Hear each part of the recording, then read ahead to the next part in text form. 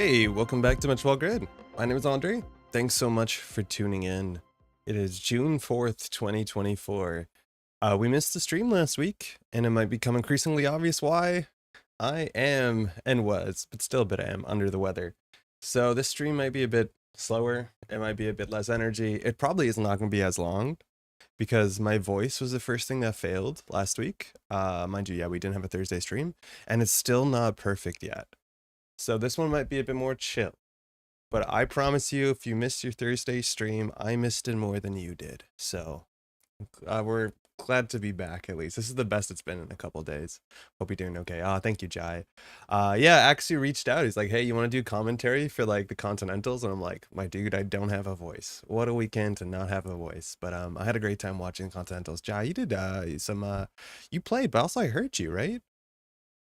I think I heard you play. You sound sleepy? Yeah, that's about right.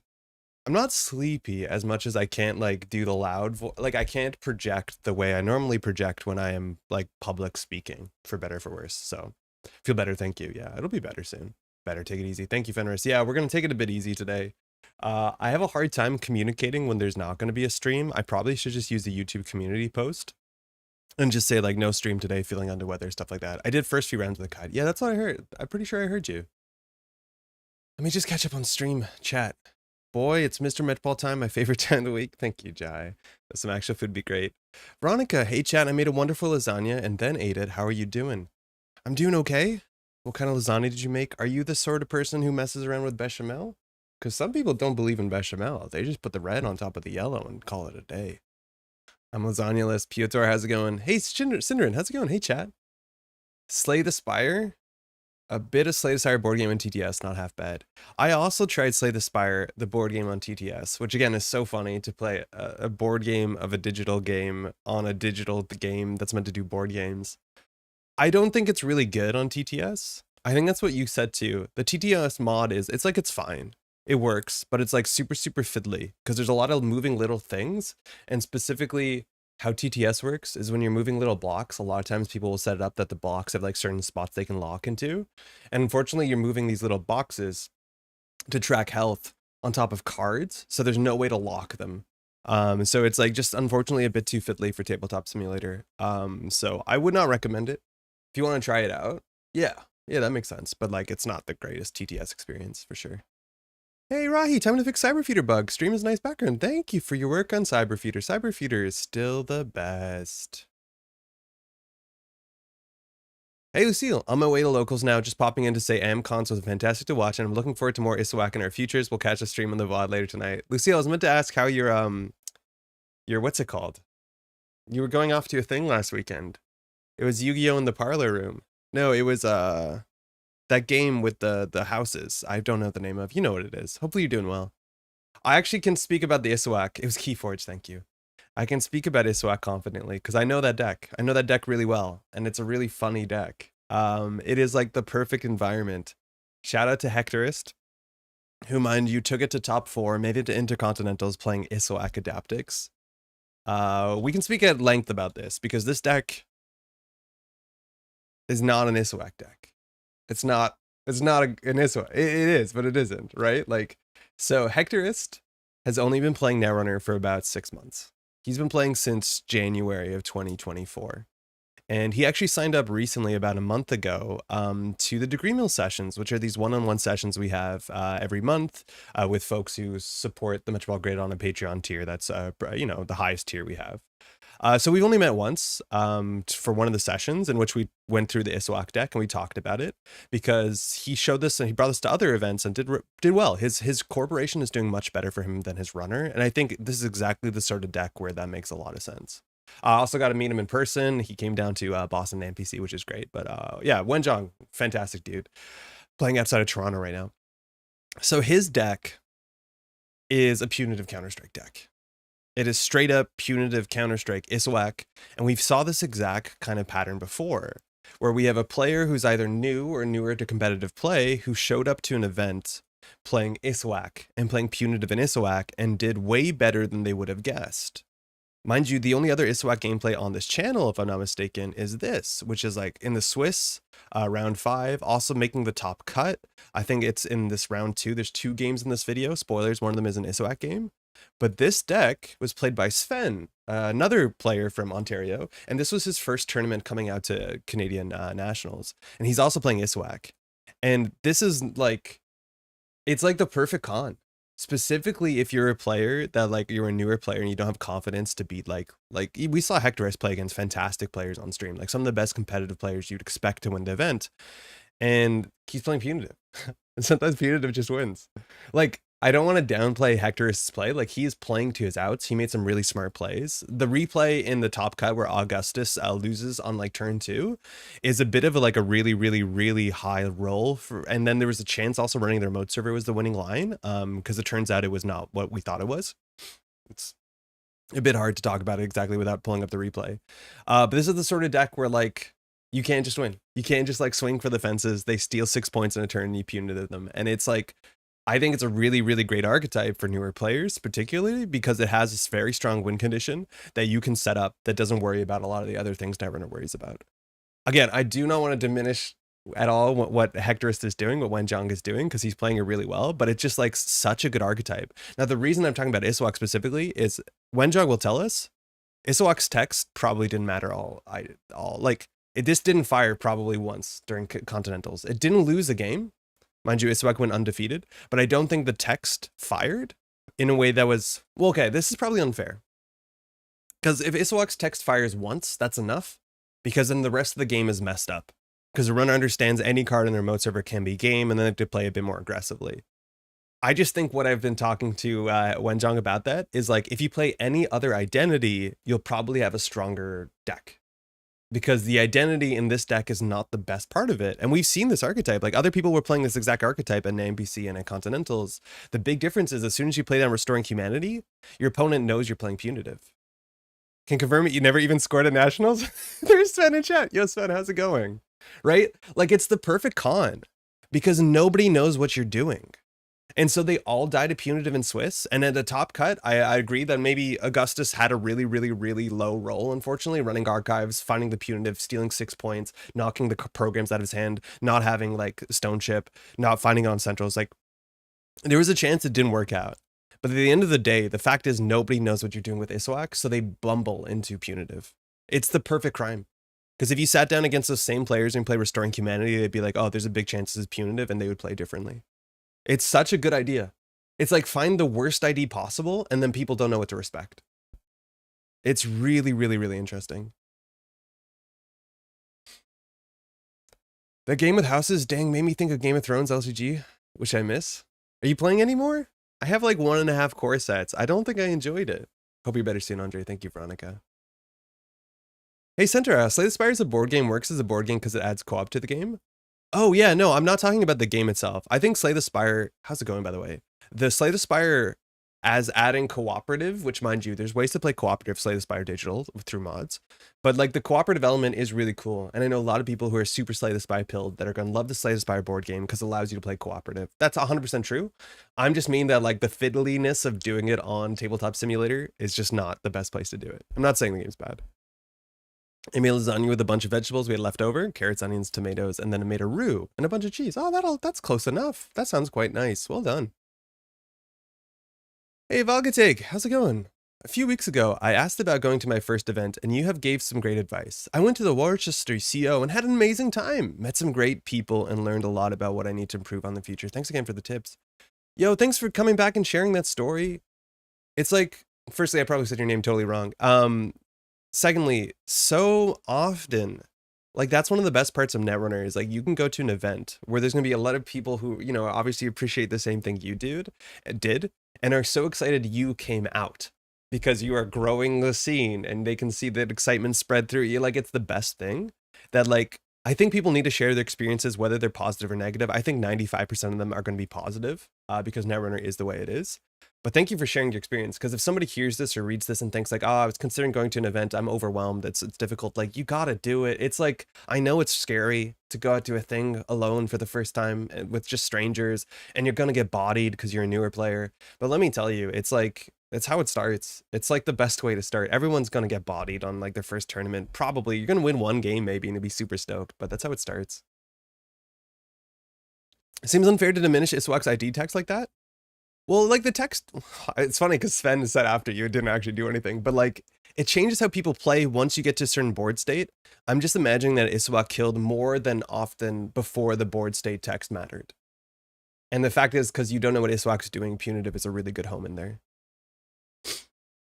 I think what Issuaq and the winning PE have in common is that they both have a lot of possible play patterns that are hard for runners to identify through the course of gameplay.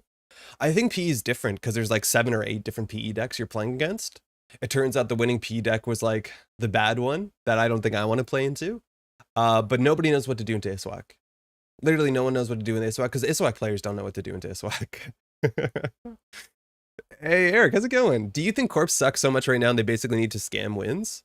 No, I have some data, Whiteblade. Corp win rates right now at American Continentals were above 50, which is weird. I actually crunched a whole bunch of numbers. We're going to be talking about this today. I did some basic number stuff. But like Corp win rates at the event were 53%. Runner win rates were 44 or 47. Hoshiko's is 44, which is pretty notably wild. But I think we can talk about that. I think there's a lot of decks, right? And we saw this at, America and NPC Boston too. Oh, my voice is already falling apart. This is a terrible idea. I probably am not going to stream more than an hour. Is that a lot of Corp decks are having either like alternate win conditions are really good. Obviously the orthogonal way to attack. Like I thought we'd see more Thule. Apparently we just did not have that in the water. Unfortunately, Continentals, we only saw one Thule deck and not from like a player that I recognize as like a Thule player. Not like Mental Boast people. I don't think it was a Mental Boast person. So I don't know. I think the Asmari decks are all scams. I think Asmari was like incredibly popular, which like in terms of NBN, being pre-rotated, I think that's surprising. I think a lot of this is QTM players playing, I would say it's like, I know what you mean by scam and I don't mean to call it a scam, but like Neurospike Asmari, not my favorite archetype and it can just win. So I do think there's some amount of decks there that are trying to scam wins. For what it's worth, like Sports Metal, 60% win rate, Asa 68% win rate, like HB cleaned up and HB was super popular. Like this is what we saw in NPC Boston.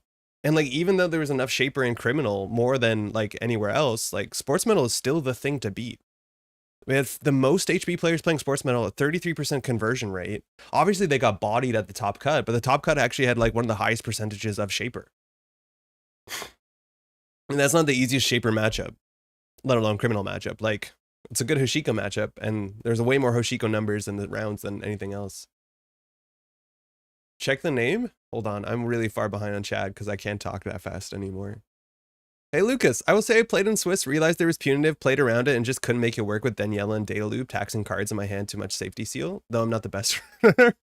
Yeah, I do think, again, I do not want to undersell Hector's. Hector's is great, and he's done a lot to tune the deck, to set it up. I think Data Loop was new in this version of Issuaq, and he was setting up this sort of kill combos. But if you ask me, would that deck be strictly better in PE?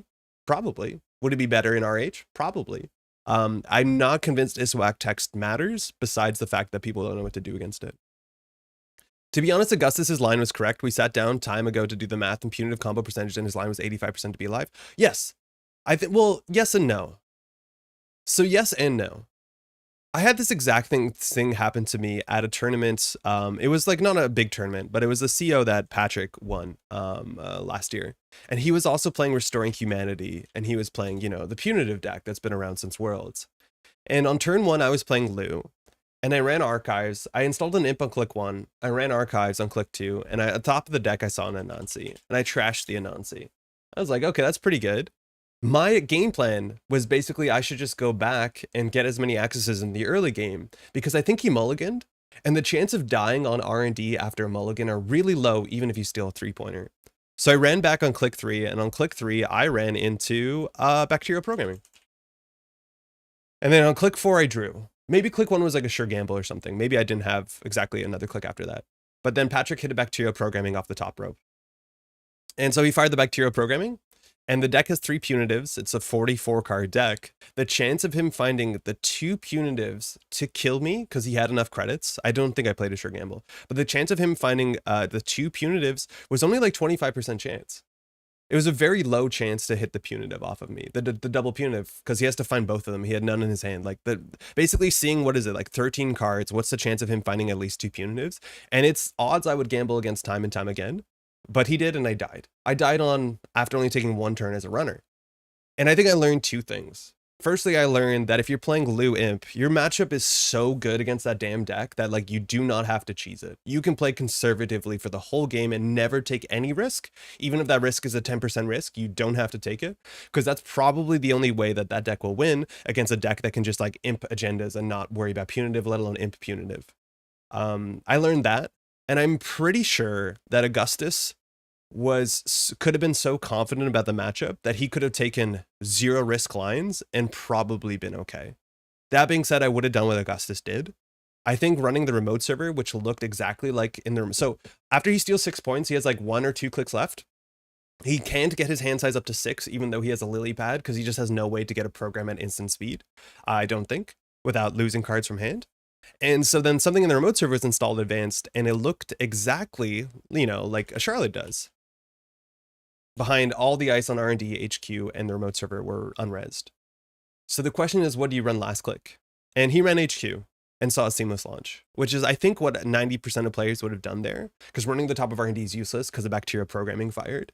And running HQ sometimes is worth something, especially if they've added cards to hand.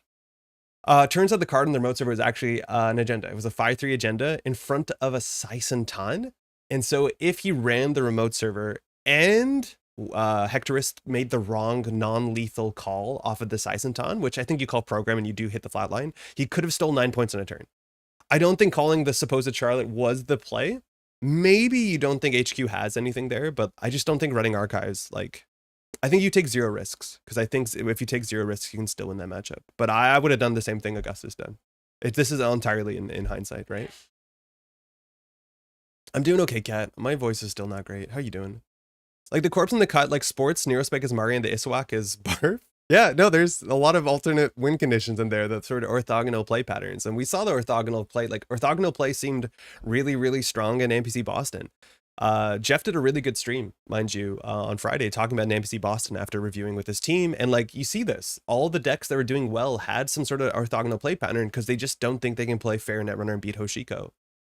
And what's, I think, in some ways really frustrating about Continentals is like Hoshiko did terribly, but I don't think that is data to say that Hoshiko is still not a problem, because I think the entirety of the meta kind of like warped around Hoshiko. Besides Ag Infusion, like, why are people still playing Ag Infusion? I think that has a terrible Hoshiko matchup. At least it's okay into criminals, sort of. But yeah, Hoshiko just fell apart. But so much of the metas deal with Hoshiko. Mind you, this is the worst part. Outfit, when Shaper is alive and well, imagine playing Outfit, 35% win rate. Oh my god. Playing Outfit when the most popular, second most popular runners are Asana. Like, I would rather do anything else, thank you. We'll talk about these numbers a bit more, I'll share them too. But it's, yeah, no, I hear you. I hear you. Alternate win conditions are obviously going to be pretty good. Sometimes there's no Netrunner, but I got a solid system. But between Flesh and Blood, Netrunner, and possibly Altered, I'm already maxed out at card games. How's the new Flesh and Blood sets been? They just ran Silver Goblin here recently, just run a Nationals. The live stream is really good, or a Road to Nationals. Live stream is really, really good. The effect on the ID not firing doesn't mean the ID does nothing, though. Yeah, that's correct. If you jam an agenda out and leave it on the board, it could be a trap too, like going to Sisyphus with 4 counters, or a Cypher, excuse me, an Urtica Cypher. Yes. The thing is, like in open deck lists, you know the list has no traps in it, and let me tell you, Hectorist's list has no traps in it. It does have defensive upgrades and agendas, and then Charlotte, and maybe NGO, but nothing else. I can't trust win rates anymore. People suck so much at running. Jesus. For real though, Eric, that's a super good take. Hey, Augustus, how's it going? It's going well. I was just talking about your matchup. You probably said something more smart about it later down. I'll get there if I haven't got there. And I really respect your play. I wanted to be very clear. It's not criticism. It's just very tricky. I would have done the exact same thing you would have. Just a fun meetup in San Diego on Sunday. Dow did some fun stuff with Rejig. Oh, Rejig is a really fun card right now, Flip. I'm glad people are playing Rejig again. It seems like such a flexible, fun card. So this is the thing that I don't know how to deal with data, is we have a bunch of data here. And like, the way that I want to look at data is mostly for competitive data. And there was 94 people that came out to American Continentals this weekend. That's actually smaller than I think a lot of people projected this would be. That was the same amount of people that came out to APAC Continentals online last year. And APAC is classically the smallest one because I think the time zone serves the least amount of people elegantly. But this was actually a fair bit smaller than I think we expected, but that doesn't mean the field wasn't competitive. But this is the sort of thing that I don't understand when we look at data, is like, the data that I want to look at is generally the data of the players that are playing to a more competitive caliber, and like, so many people come out to organized play events. That's my thing. I want to keep saying is even if you're not coming in top half, you should still come out to events because events are hella fun. But like, I don't know whether certain data should just be like the Hoshiko numbers are really strange. The thing is, like, I feel like I'm always saying a tautology.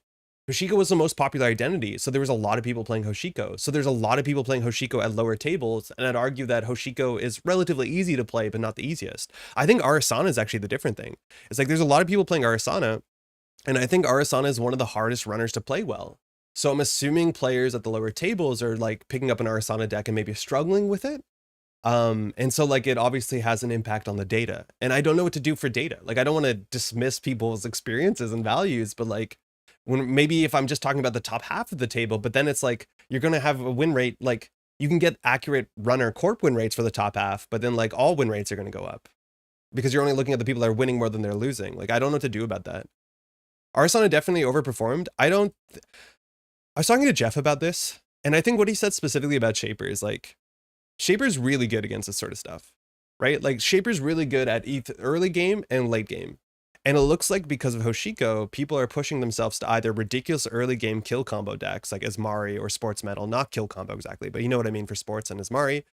And then if they're going to like play Ag Infusion or like, I'm pretty sure WoW Warlock regretted bringing, what's it called, Built to Last. Like Shaper can also deal with that. Mind you, one of the most performing Arasana lists in the top cut was the Tiebreakers actually brought like 60 card World Tree Arasana, which is something that I think you can only really do at an online event. Mind you, I did not realize that Jonas brought it to an NPC Boston. I did not see what deck he was playing. I did not know it was a big Shaper, World Tree Shaper. But that's exactly the deck you want for the format, where there's things that are orthogonally attacking you really quickly or going to the late game. Like the two extremes in which people seem to be challenging Hoshiko are the two extremes that Arasana is really good at. I don't know. I'm so hard behind on chat though, and my voice is already falling apart, so buckle up. Hey Ba, how's it going? I saw a bit of the stream last night. I missed it. I know you're doing some Restore Fast Advance combo. I thought I was going to bed, but here I am, Wiki. Good evening. How's it going? Hey Fa. Can confirm people are bad at running, as I absolutely bumbled all my runner games into the top cut and instantly scrubbed out when everything was on the line.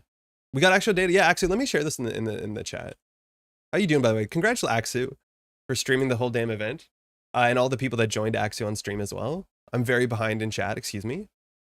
But I'm so far behind in chat. There's no way to fix this. But it was 100% a mental boss smurf, like for real.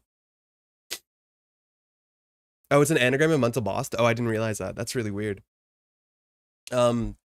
Yeah, Axis streamed the first round to his channel. I was like waiting for the null signal go live thing. Yeah, he streamed the first round to his channel, which is so funny.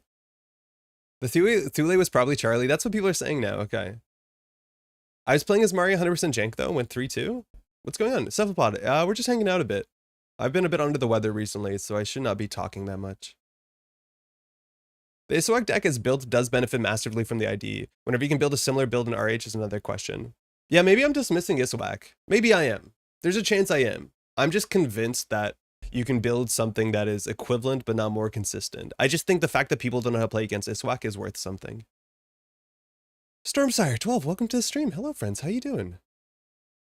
I think Issuaq text might matter because you feel a lot more pressure to contest a 3-point agenda when the corp only needs 2 scores to win. That's 100% the idea, Spark. Is that once they're on game point, you have to contest everything. Because they're there as soon as possible, as consistently as possible, and then you're forced to play a bit more aggressively than you want to. Hosh was most teched against. Hey, Shent. Because most people agreed it's the best runner by far, I think. 100%. This was expected to be the most popular runner. Like, more people were playing Hoshiko than the entirety of the Shaper faction. And not that Shaper faction killed it, because they did. Half the top cut was Shaper. Shaper did phenomenally. But, like, more people were playing Hoshiko than the entirety of factions. So, like, that was... The meta is still warped around Hoshiko significantly. And I was watching this and I was so bummed out. I was like, I really still hope Hoshiko wins this event, because I do think Hoshiko needs some sort of balance, you know, around Hoshiko, because the event only looks like this because of Hoshiko. And even if she doesn't win, I don't think that means she's not warping the meta. Obviously, Hoshiko didn't win the event. Shout out to, oh my God, shout out to Riel. I'm watching the stream in the finals and Riel is doing her, like, you know, end game interview, and she's just roasting the Métropole Grid. I'm sitting there catching strays. I'm just having a nice Sunday afternoon. I thought it was really funny, calling me up, but it's fine. It's fine. Having to only score 2 agendas. Yeah. I disagree about the text does not mattering. The best thing that Issuaq does is put pressure on you to check stuff as they have an agenda scored. Anything that's advanced could be a win. I agree. I just think the ID text on the other Jinteki identities do more than that. Really excited to go to Worlds and play Whoops. I hit a bacterial, now I explode. I agree, Whiteblade. I don't love the play pattern. Like, I would feel pretty bad for Augustus who ran archives and just loses the game. Like, you're playing open deck lists, so you know that's going to happen, but it's just such a small chance that you can just lose. 25% of the time works every time. Busy bag. I'm so behind on chat. Give me a bit of leniency here. I had Fazarum or SMC too, so runs were safe enough. Yeah, Augustus, the remote server was the agenda, which like I don't think I would have made the call. Did I lose my tea tag? Is it in the tea now? Am I gonna drink the tea paper? Okay. I feel like the corps need to go orthogonal as a sign the format's kind of messed up. I generally like a bit of orthogonality, but it feels like all the top decks are doing it, so. For what's worth, PD is doing okay. Oh no, the numbers don't suggest it, but the good PD players are doing well. I think you have to be a really good PD player to do well with PD. Could you put Maddie on stream? There's some details for your birthday party we need to go over. Aaron, how's it going? Maddie is doing a big presentation today for school. She's almost done, so she can't come to the phone right now. I'll let her know when she's out, but thank you, Aaron. Hopefully you're doing well. I could have been more conservative about having 5 cards before running archives, but that pre-assumes that they drew a bacterial too, which is another uncertainty. Yeah, it's uncertainty on top of uncertainty on top of uncertainty. Misfail's great, limited is fun. Cool. I did look into it. Enigma does seem a bit messed up. You need to be prepared to beat 60% Reg Hosh in the Swiss and a rainbow in the cut. Tough situation. Tron, how's it going? Yeah, which is like, people figured it out.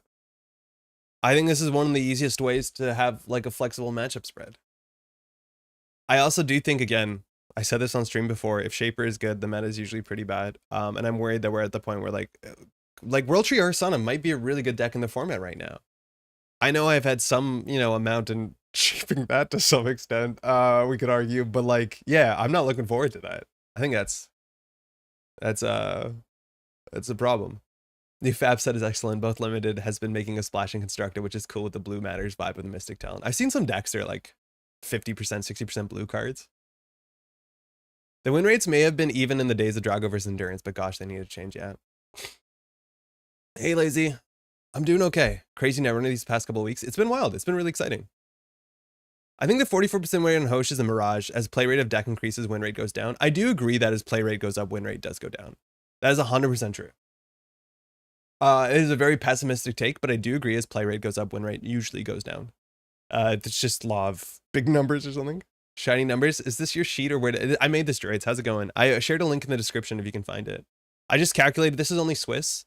Once I catch up on chat, we can go through the numbers. I'm not like, I don't know how to present data in a way that where it looks really good, but I just did this on Sunday after the thing was over because I was like really confused about the results. 44% Hosh is because like 2/3 of the corps are explicitly anti-Hosh. 100%, yeah, 100%, and not 44% Hosh, 37% Hosh. I didn't. I still think it was a great call for the meta. Hey, wow, like congratulations too. What does orthogonal mean in context? Mango, how's it going? So in context, a lot of ways that people think about Netrunner is they're like, I'm going to put, like you system gateway, right? You're like, I'm going to score my off-world office behind a Brawn with a Managarm. I'm going to score to 7 points in a remote server. That's generally considered the archetypal Netrunner. So from my understanding, when people talk about orthogonal strategies, it's like doing something entirely different that interacts with different parts of the card pool that attacks the runner on an entirely different angle. So the idea is like, okay, if runner decks exist to beat the, I'm going to break Brawn into the remote server. Mind you, QTM folks playing ESA to be able to beat Brawn, very, very smart, Atean and Shambles. So the idea is like, what about if instead we just play like public trail into like give the runner a tag into end of the line, right? So I'm going to attack the runner on an entirely different angle that they're not able equipped to deal with. Or I'm going to play sports metal and entirely fast advance my points out. So the idea is basically corp decks that are attacking the game in an entirely different angle and, coming at it differently, where the runner has to be able to deal with something else entirely as much as what they expected in most games to deal with. That's the sort of idea. So like assets are technically orthogonal decks. Like my deck is going to present 26 assets and you have to deal with them. Or like one of the decks that won, is like, I'm going to put a prana condenser on the table and you're going to die unless you deal with this. That's not exactly It's orthogonal adjacent, so we're back on track. Adjacent. But yeah, that's what that means. Are cut win rates available? I don't have them because they're much harder to look at because you have to actually run through the whole chart. I also don't know what to do with cut win rates because cut win rates are like open deck lists, and the first round is incredibly like volatile because people choose their best matchup. So I feel like the cut win rate data is like in some ways more useful, but in other ways less useful. So I don't have to deal with it. Sorry, 1 second.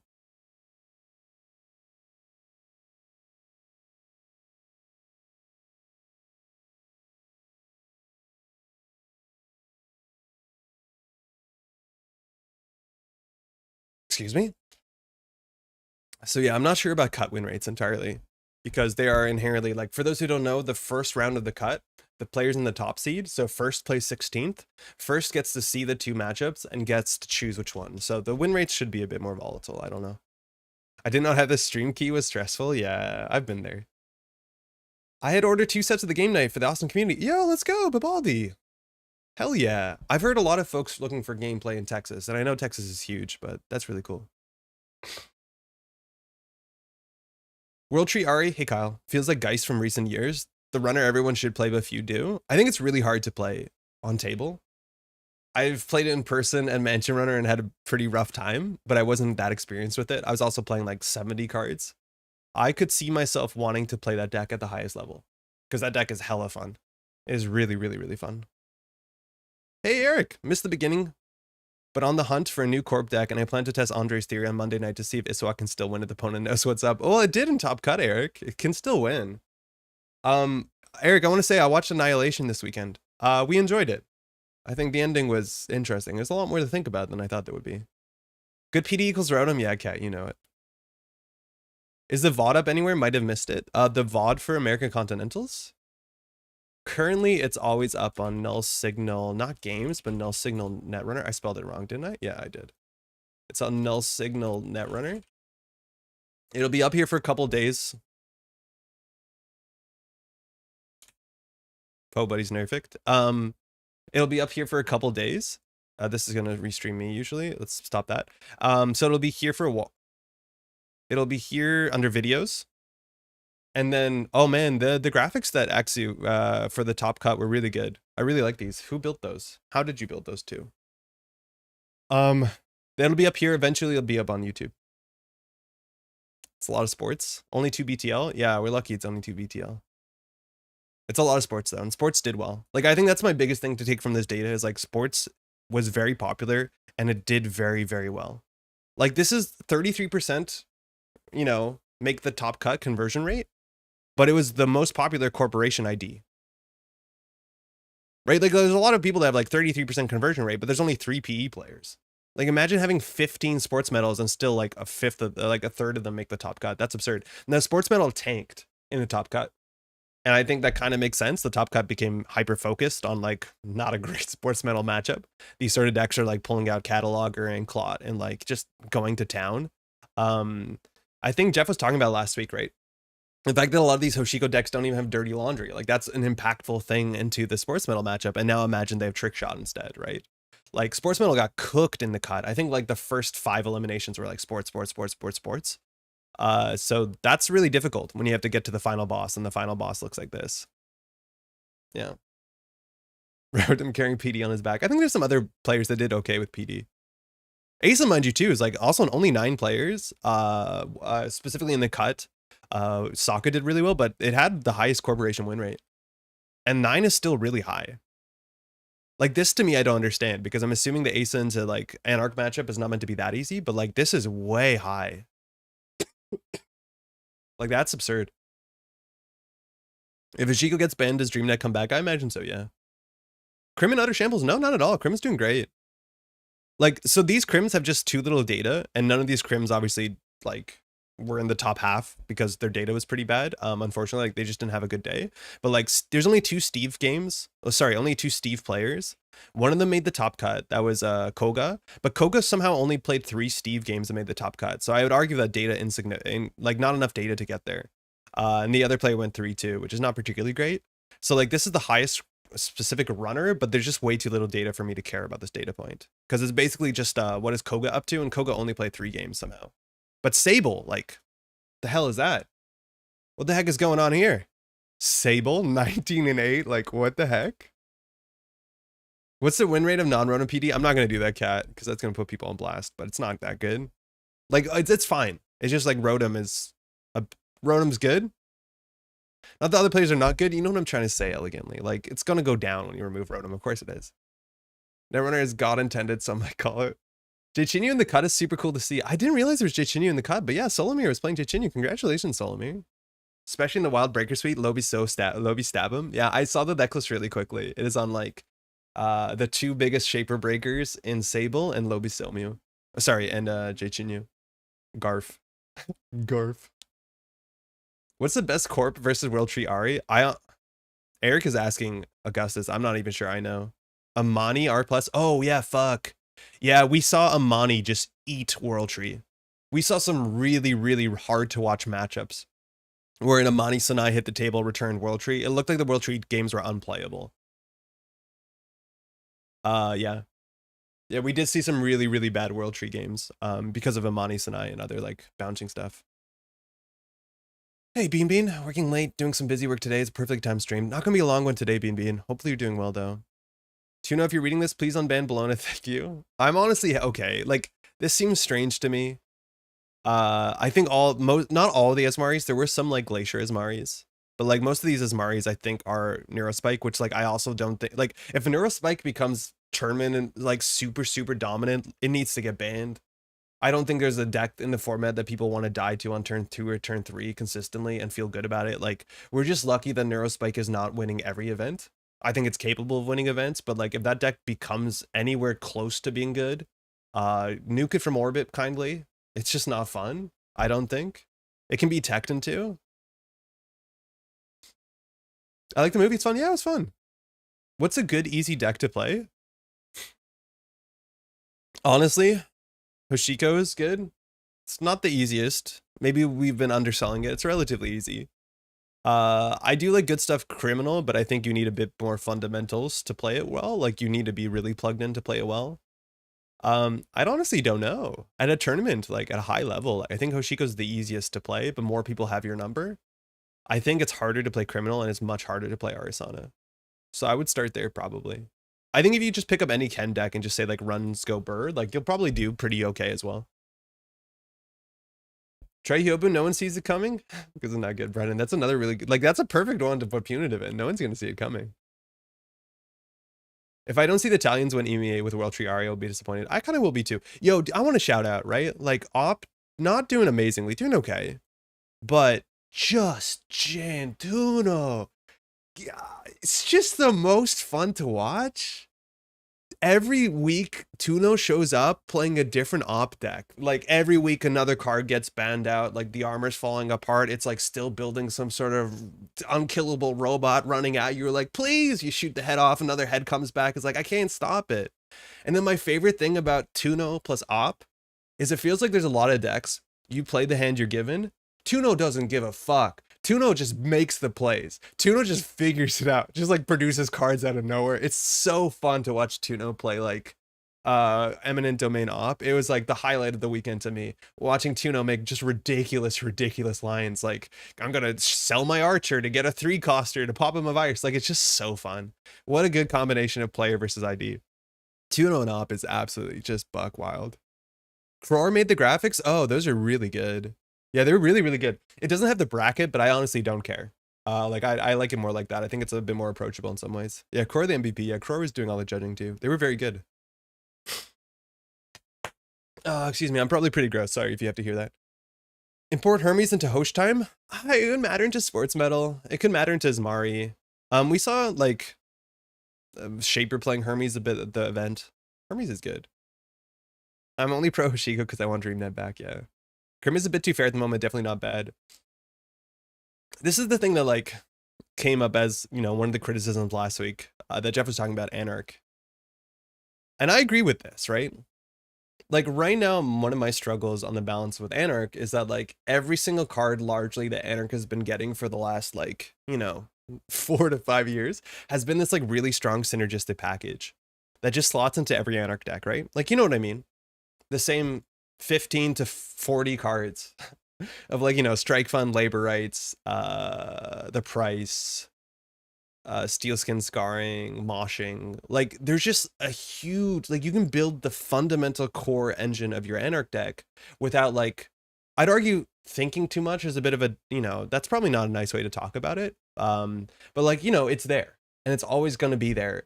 And inherently it doesn't exactly interact with the ID ability. So it kind of doesn't care what you play. So you end up like Hoshiko making a lot more sense than most other options. And this is the thing with Criminal is like, what names 3 cards in the Criminal card pool that have synergy that have come out in the last little while? That's not DRES, right? It's like, it's strange. Like they all technically do because like making runs make sense. But it's just like Shaper got away with it. Shaper did really well this pack. They got like Muse and then like Coalescence are really good together. So now environmental testing makes sense in more decks than weren't playing it before. Like there was a lot of synergy in that, but like the Criminal cards, they just seem like all random different things. I don't know. That's like the frustrating thing to me is like the Criminal decks that we're playing today are the same the Criminal decks we played a year ago. Bravado, Penny Shaver, Bankroll, exactly. And those are like as synergistic as you can make it. And they're not really synergistic. They're just like, oh, these cards work because you're inherently running. Like that's not what I mean. Yeah, Crim Synergy is every card that reads run on it. Like I don't get it. Should Chinyu eat sports metal for breakfast? Yeah, I can imagine that to be a good matchup. Rotom skewing the Sable win rate. Even if you unrotom the Sable win rate, Rotom's Sable win rate, the Sable win rate is still pretty good. Yeah, Jichinyu's a real card. Would 100% win the mirror match against Rotom. I found the contact lens you lost in my class last night. Call me. Pick it up. Thank you, Aaron. I think it might. Yeah, I'll probably have to go pick it up. I don't think it's going to survive the mail. I appreciate you finding that. If you don't want to make Install Runner cry, put down Amani and some NBN. Yeah. Yep. I love Netrunner drama. Amani is great into non-reg Shaper. It kind of cooks both World Tree and Low Borka rigs. Yeah, there's some expensive cards to bounce out there. But like self-growth program too. Like you just do public trail into self-growth program against a World Tree deck and they just lose. And the game's over. Like there's a lot of ways to attack it. Just ban re-education, it's rotating soon. Yeah, and then like you literally ban NBN.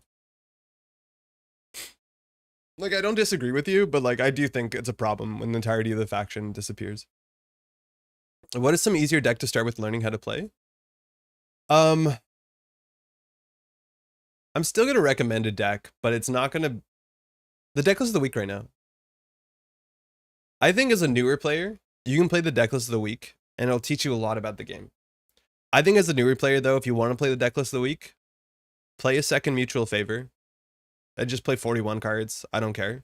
Or cut I don't know, Awakening Plant, cut a Mutual Favor, and then play 2 of each breaker. And just play this.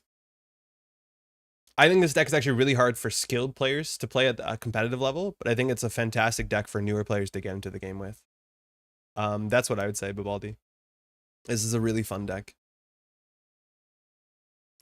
Real big Kikai on stream, but I'm reasonably sure that it's Amani Sports favorite. Oh yeah, because people were playing Amani Sports. I was like, where did we see Amani? It was in Sports Metal. Yeah, that's true, that's true.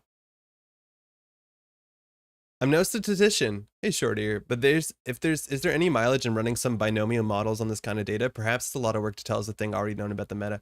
I don't know what that means. I want to be very clear. I did this by hand. So there's much smarter people that are able to extract the data from Aesop's tables or from tournaments on Null Signal and actually run things. My favorite, there's a player in the meta who actually runs matchup analysis, and matchup analysis is way more interesting than this. Like, sure, let's see Hoshiko has a 44% win rate, but then we can see like Hoshiko has a 30% sports metal win rate. That is data that's much more applicable and much more valuable for most players, considering I don't think that this is going to slow down anytime soon. So this data is not incredibly useful because I think there's a lot of noise in it because there's just a lot of players across different skill levels. But I think like matchup data is actually more valuable than this data. I don't run that matchup data, but I know you can extract the data from Aesop's tables because it has every single matchup and people run that. So there's much smarter data you can get from this, much more valuable data you can get from this. This is just like, hey, Andre has literally clickers and he just runs through it and clicks and then builds data. Like that's how I did it on a Sunday, but I'm sick. Like I'm not going outside. I'm just sitting at home and doing this. There's no noise in the data he's rotated. Adam used to be a great starter ID. Sadly, the robot's gone now. I don't even know if I'd agree with that, Shant. Like, kind of. I just feel like Adam gives you so much text on your cards when the game starts that he's like a great mid-learning ID. Because he gives you goals, but also he gives you like, here's 6 cards with drawbacks you have to remember and upsides. Like, it's just way too much cognitive load for most newer players. Tuno's high key legend. Yeah, Tuno is incredible. Yeah, Tuno has some wild turns, hey Rohit. Tuno is just something else. I'm impressed with how balanced the Corp versus Runner win are. Impressively designed. It seems to be okay. I think this is something that I'm just like mimicking that Jeff was saying, right? And I agree. Generally, Corp win rates start higher and mellow out. I think Runner win rates were higher at Boston NPC than this. I think the fact that the majority of people were on a bad ID, lol, quote unquote, like it's not going to help this. But I don't think this is going to stay here. I think if you cut out Hoshiko from the meta, like this goes up to above 50. That's a ridiculous sentence. I know it is, but like this is only going to go up. This is not going to go up. I got 3 different collections from others without knowing what the game is getting canceled and then it was canceled. Yeah, Baldy, if you want to play standard, it's very easy to like, there's actually very few decks I would say you shouldn't play unless it's like if the deck has 60 cards in it, don't play it. Like, it's that simple. If it has 60 cards, don't play it if it's a World Tree RE deck. But generally, you can go here and just about pick anything as long as it's labeled standard and do pretty okay. This one's probably pretty fun, too. It has a pretty strong win condition. It's also a punitive or Genesis deck. It's not a punitive deck. Oh, this one's Hollowman Helheim servers? What the hell? We saw this on stream. I didn't know it's not punitive. You could play this. Could be fun.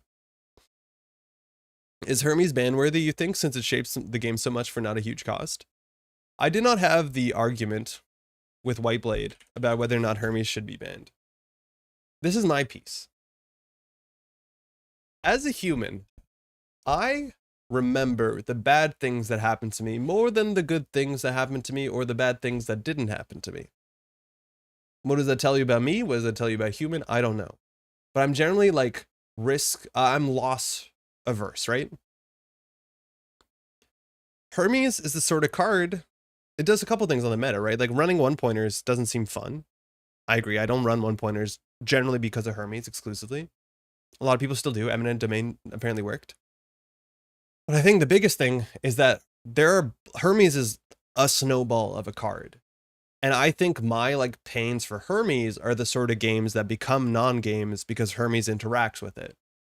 I just put out a video on the weekend and like there's board states where like, okay, they're going to run R&D and see 2 cards. We have no play pattern besides just hope that Hermes doesn't connect.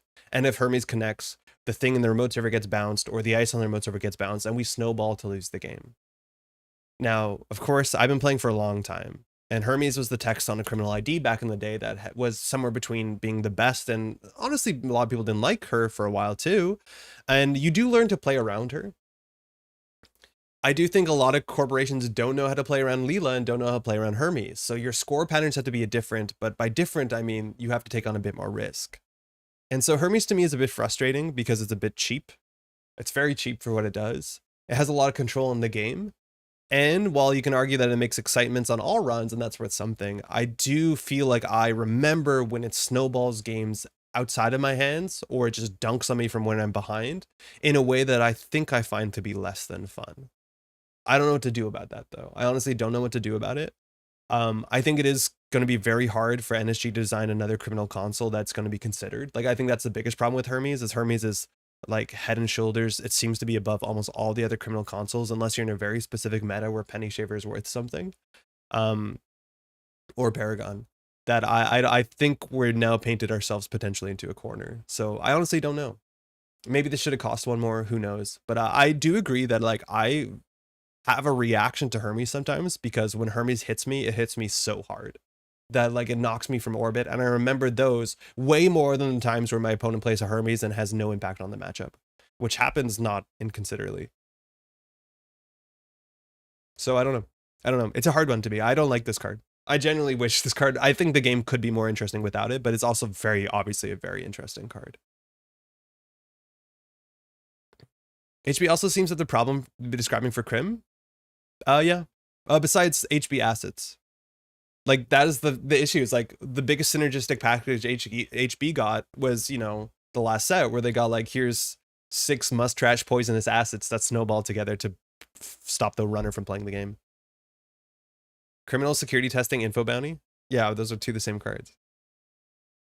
I've heard you talk about bypass, Andre. Do you really want a more synergistic Mercury bypass set? No, we did, but we got the most synergistic Mercury bypass set I think we could have imagined. Maybe we could have imagined worse. Like, I think it was actually, in terms of like Andre's anti-bypass rhetoric, it wasn't like potentially super offensive. But that's the thing, is like, because Mercury was so much more focused than the other runners, which is weird because you assumed Arasana would be, but then Shaper still just got generally playable cards, where Mercury only got Mercury playable cards and arguably Window. Trickshot's an amazing criminal card. Double bankroll, 2 Zaya credits versus the melee decks. It's not blue. Yeah, that's true. I do think that's not a bad card. It's like 3 influence though, isn't it? Ban Degree Mill when you're at it to add salt. Just keep banning all the 5/3s. Did we look at Kikai's tournament reports yet? No, I didn't know Kikai was doing tournament reports, and then Jeff pulled it up. I didn't know anything about this. How do I find it? Like, I saw that on Jeff's stream. I was like, wait, this is incredible. This is exactly what I wanted. If someone can share the link, maybe chat will eat it, or tell me how to get there, because that seems exactly what people want. Matchup data was what I was wondering about. Cool that someone does the sums, yeah. How do you beat sports? Having powerful multi-axis, having ways to trash combo cards are really good. Like, again, a big reason why sports is good is because we're not playing imp. There's metas, mind you, sports won worlds before, but anything that can interact favorably with the top of the deck and with what agendas you want to get are really good. So having pressure now is really valuable. So things like Cataloger are pretty great. Things like, mind you, Stargate are really good. Things that can, you know, get out the 2-pointers while not touching the 1-pointers, that's really good. Or the 3-pointers, heaven forbid. Having access to Claude is really good for sure. And then you're just going to need to run a lot. Like, you need to be a faster deck than a slower deck. So cards like Dirty Laundry are really good because you can like touch centrals or touch the remote servers while still setting up. Having ways to quickly deal with their gear check ice because they're running 2 or 3 ice and they're all like end the runs at 6 strength. Like, they have limited strength, means like cards like Self-Modifying Code and Muse and things like that to deal with their ice really quickly is also really important. Econ Denial is like medium. Sorry if you heard that. That was probably disgusting. Because they can bounce back from low credit totals. Being able to trash their like combo pieces are really good if you can do that. Like, Cupulation probably does something more in this matchup than any other matchup in the standard format, as much as I don't like that card.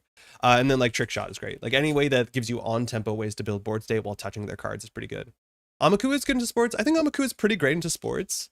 I think sports is very likely to play like 2 copies of Mavirus though, so I wouldn't rely on it. But there's exactly this sort of idea that Amakua comes down and then you can spend most of your turn interacting as opposed to setting up, because this is your only breaker you might need for the matchup. Yeah. It's the Kikai report. I think it got 8. I pinged you in the Montreal Discord. Okay, Terrence, I'm going to open Discord. Thank you.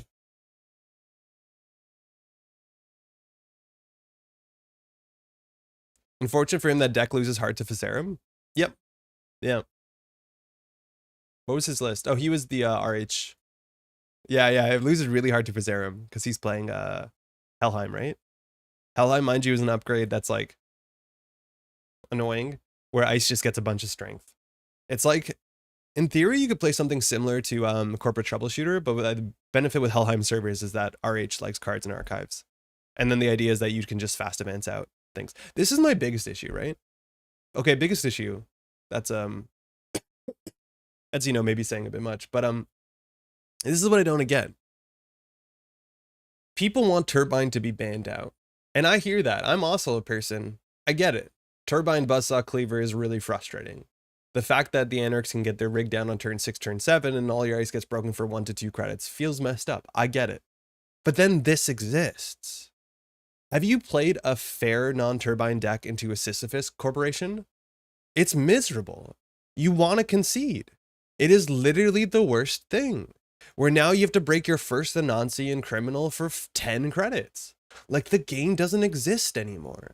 And this is where, like, just ban Turbine to me is not an answer you can get that I think is tenable, because you can't just ban Turbine without having an impact on the runner meta or on the corp meta, right? Like, World's Grinder Built to Last or Sisyphus Protocol. Like, this card, I was originally excited about it when it came out because I thought it was so cool.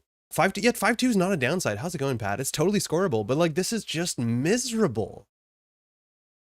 And any time that I play into a Sisyphus protocol deck, the idea that I leave that game with is not, oh, the corporation really got me well there. It's like, I should just go back to playing Turbine.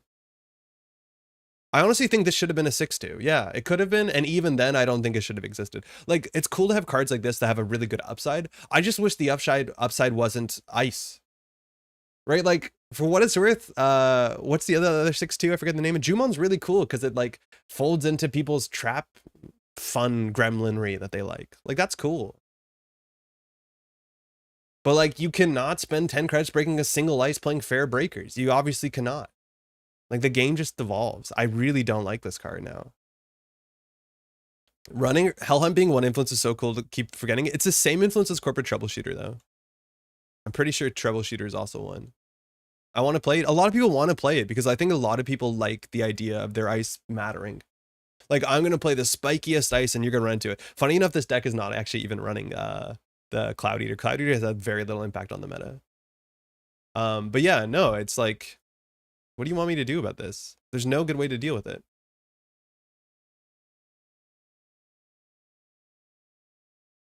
Okay. Hoshiko upset at ACC. Corporations to conspire to quash magical girl supremacy. This is not my content.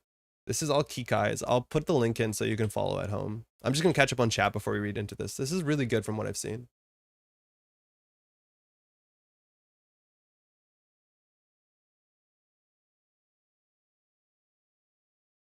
Yeah, you got eaten. Was Leela banned before? I don't believe so. What would a positive equivalent to Hermes be? The closest to like a snowballing console would be Pentagraph. And like, yeah, that's a fine power level, I think. I don't really want a Hermes Hosh deck to pop off because that would leave us with Hermes banned and Hosh untouched, and Hosh should not have been at the top this long. Hosh 44% win rate, but yeah, no, I hear you. I don't know where I lost on chat. Whiteblade can't relate to anything after I'm a human. Get him. Okay, I think I'm caught up. Well, not actually, but I know where I am now. Every time I manage to forget the streams are this early on Tuesdays. Ryan, good morning. How's it going? Would you say Hermes is better than the best criminal console, Desperado? No, Desperado's cracked. Nah, I don't think so. No, Desperado is the best console. I don't think so. But it's Desperado. Like, here's 16 free credits. I don't know. Like, with Desperado, you can just run archives. Like, that's a big thing. Is like, with Penny Shaver, you can run, but it still costs you a click in to get them. You can just do whatever you want with Desperado.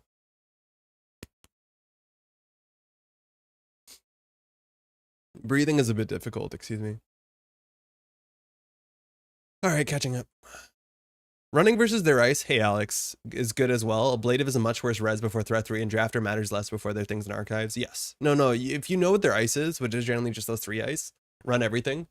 I think there's a chance you'll start to see a slightly different ice suite. Like Hagen makes a bit more sense into the things that are good into that deck. Like Hagen eats, you know, Stargate, it eats Amakua, it eats a bunch of that stuff.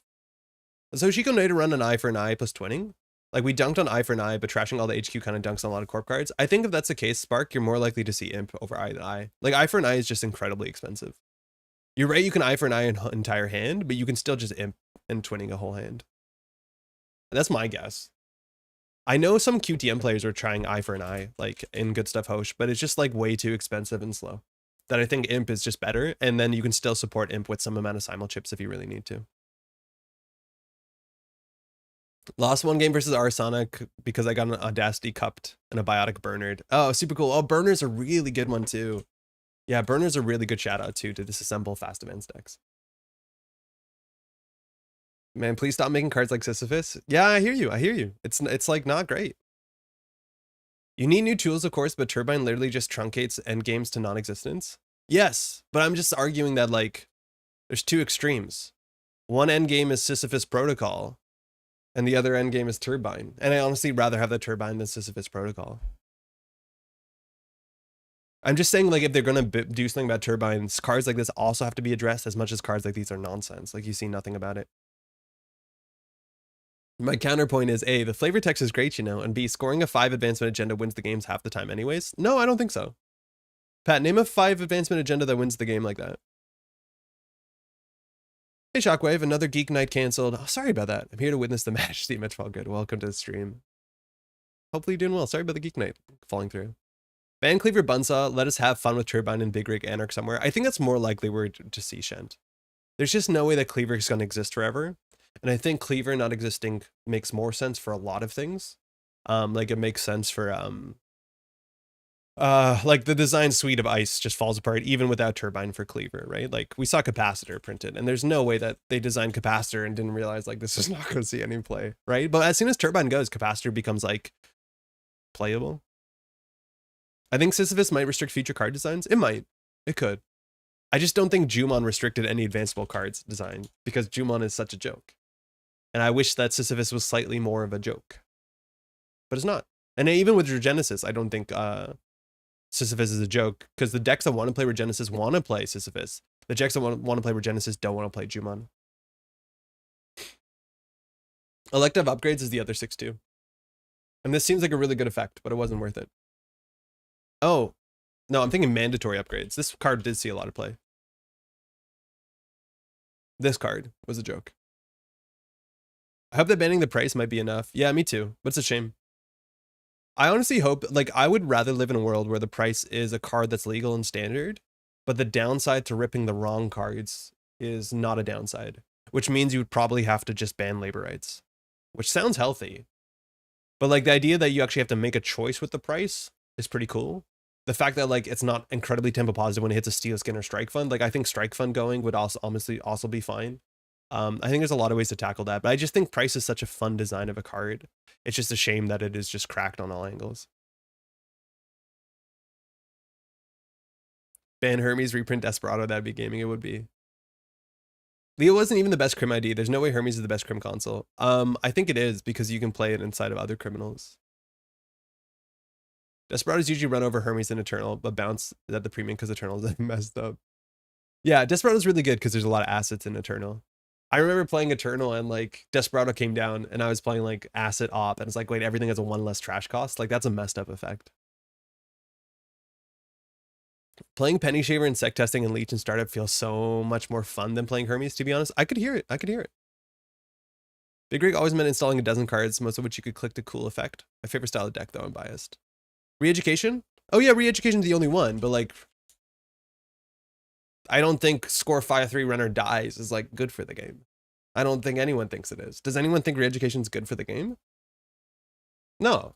There's a whole bunch of cards that like we do not play on this channel classically because I think their design is not great for the game. I think a big one that we have gone out of our way to avoid for as long as possible, and I don't think we're going to be able to avoid it for now, is Warroid Tracker.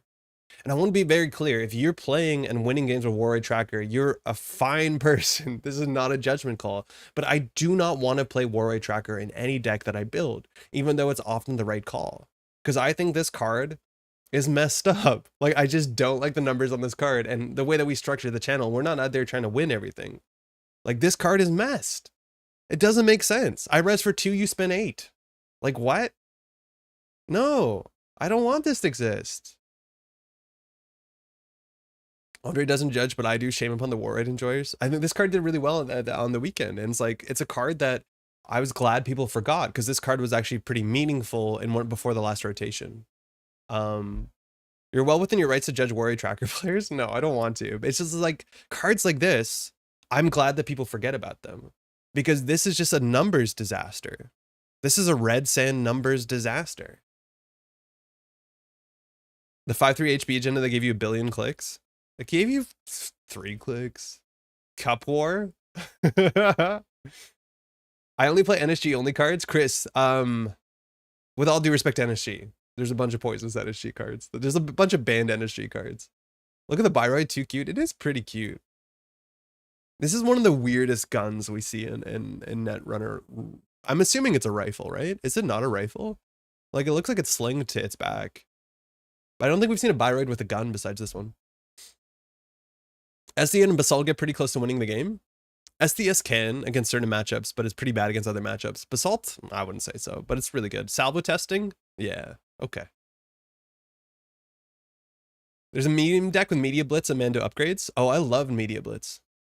I really like Media Blitz. Price is the new Peddler, but it's more powerful than Peddler and less interesting than Peddler. Man, it's weird. I would love a Peddler reprint. Peddler is one of the most fun cards of all time, not only because of the Resident Evil reference, but because it's damn Peddler. Has anyone played with this card? When you install this host, top 3 cards of your stack face down. At instant speed, install 1 card host on street Peddler, lowering install cost by 1. So not play cost, install cost. So you could brick this if you play too many events, which I think commonly the new Anarch decks, if they just put this in for price, would probably still be okay. Now, the issue with this is that it fires at any paid ability window, which is like pretty ugly, because then they have to play around everything all the time on every paid ability window because they don't know what you have. The fact that they were face down were really fun, and there were some very incredibly memorable games where the face down card on this was the most important thing, and like the casters knew, the players knew, but the corp didn't know. This card is so cool, and it's also just very good, right? Like you spend 1 to look at 3 and save a credit and install. Like it was great. It was really, really good. One of my favorite cards of all time. Loading, I love getting 3 events on Peddler. Anarch vibes, yeah, it's really, really good. It was great. Time to play Demolisher. Everything I have 1 less trash cost is messed up. That's pretty good. The face of NP. Yeah, it kind of is. I don't know if I said, hey, Phil. Phil, do you know what I realized? Out of all the Canadian Netrunner content out there, I think you sound the most Canadian. I don't think you need to defend yourself, but if you want to, you can. But I think it's very interesting too, because you're fully bilingual, which is like a fantastic place to be as a Canadian content creator. But like when people ask what do Canadians sound right, my idea is Zeroth Maxima. Defend yourself if you want to. I thought it was a surfboard. You think Warren is going out for to catch a good wave? Shout out to the game where Dean won against CI, combo by Street Peddler, Deja Vu, same old thing until they got Hades Shard and Peddler. Yeah, I think she was saying it too. Yeah, there's a really good game, super memorable, where Hades, is it Fragment or Shard? I never remember which one's which. Nailed it. Where this card came off of the Peddler at the right paid ability window. This card was buck wild. David, good morning. I'm doing okay. I'm a bit under the weather, but I'm getting there. Hopefully you're doing well. Most fun I've had with Peddlers bluffing a Claude on it, but they're only selling events. Yeah. Zeroth is bilingual in English and meme. I love Phil saying specifically like I applied for the nationals as a joke and got it, and now like he's like, I don't know if that's exactly true, but he saw the little trophies building. It looks really cool. Maybe little is not even the right word. Gonna play Street Peddler and Seb? Yeah, you can, unfortunately. It was really good in Geist. Yeah, people are shouting out Geist. It was really, really fun. Still said Hades Shard and Zaya were never legal at the same time. Yeah, this technically would have worked. This would have worked. For those who don't know, you could crack Hades Shard because it's an instant speed ability. So I'll just read this. Whenever you make a successful run in archives, instead of breaching archives, you may install this resource from your grip, ignoring all costs. Okay, so you can still pay 7, and a lot of times paying 7 for it was correct, because you could just say pay 7, crack, all with priority in a paid ability window, and you can win games. I very fondly, we had a newer player, and we were at a regionals, and that player was playing some like ridiculous identities nobody would have bet on. So like, I think it was specifically playing Silhouette, and this player made the top cut, and we're like, yo, dude, what's going on? What's your Silhouette deck? How did you make top cut? Firstly, congratulations, it's your first event. And his response was, I just pushed Hades Shard on the table and crack it, and I won like 3 games like that. Which, like, yeah, when this card existed, keeping agendas to face down in archives was like a real cost. And then calling it, playing 7 credits, maybe wasn't the healthiest game, but it was really funny. So you could either pay 7 or pay nothing. The pay nothing was actually really awkward too, because you would run archives, and a lot of times corporations would just flip archives, but this was a replacement effect that showed up from hand, which was really awkward, because a lot of times corporations would flip their cards and be like, no, I'm Hades sharding, but they already showed you their cards. That was, I don't know if that came up in playtesting, but that kind of sucked. Then at instant speed, you could breach archives. You cannot access cards in the root of archives during this breach, so you just see the cards in archives. So the card that this did work, which was really unintuitive, was, what was the name of the console? Help me out here. The tag console? Obelisk? Head on down to Cowtown. It was Obelisk. And Obelisk says the first time each turn a successful run on HQ R&D ends, draw 1 card for each time you access the card during that run. So you could Obelisk HQ or R&D, and then during the run, you could crack the Hades Shard and access like 9 cards in archives because it's like turn 10, and then just draw like 9+ cards from Obelisk. It was a really weird combo, and then you could hopefully hold all those cards in hand if you had that +1 maximum hand size for each tag you had. It's pretty cool. It's a pretty funny combo. Definitely not in, I don't know if it came up in playtesting because it's like really niche interaction. And it was shouted out that in theory, that would work with Xayah. Because Xayah says for cards you access while running, yeah, when a run ends, each time you access the card during that run. So it doesn't matter where the cards were accessed from. So if you somehow access 9 cards in archives while running HQ, you get paid off, which is pretty good. I miss Obelisk, me too. I know some people played this at the Sunday of Throwback event as their console of choice. And I miss Obelisk as well. Obelisk is a really cool card. I also totally forgot that Obelisk did show up as like a card in a reg Anarch deck that won Worlds. As much as it was because the maximum hand size when you win Tag Me did actually matter in the matchup. But the deck wasn't building into it. The current Anarch console pool is pretty mid. Tyler, that's not true. The current Anarch console pool is really, really good. Let's talk. Oh, okay. It's getting a bit smaller day by day, but there's no way that's correct. That's my knee-jerk reaction. We'll see if we're correct or not.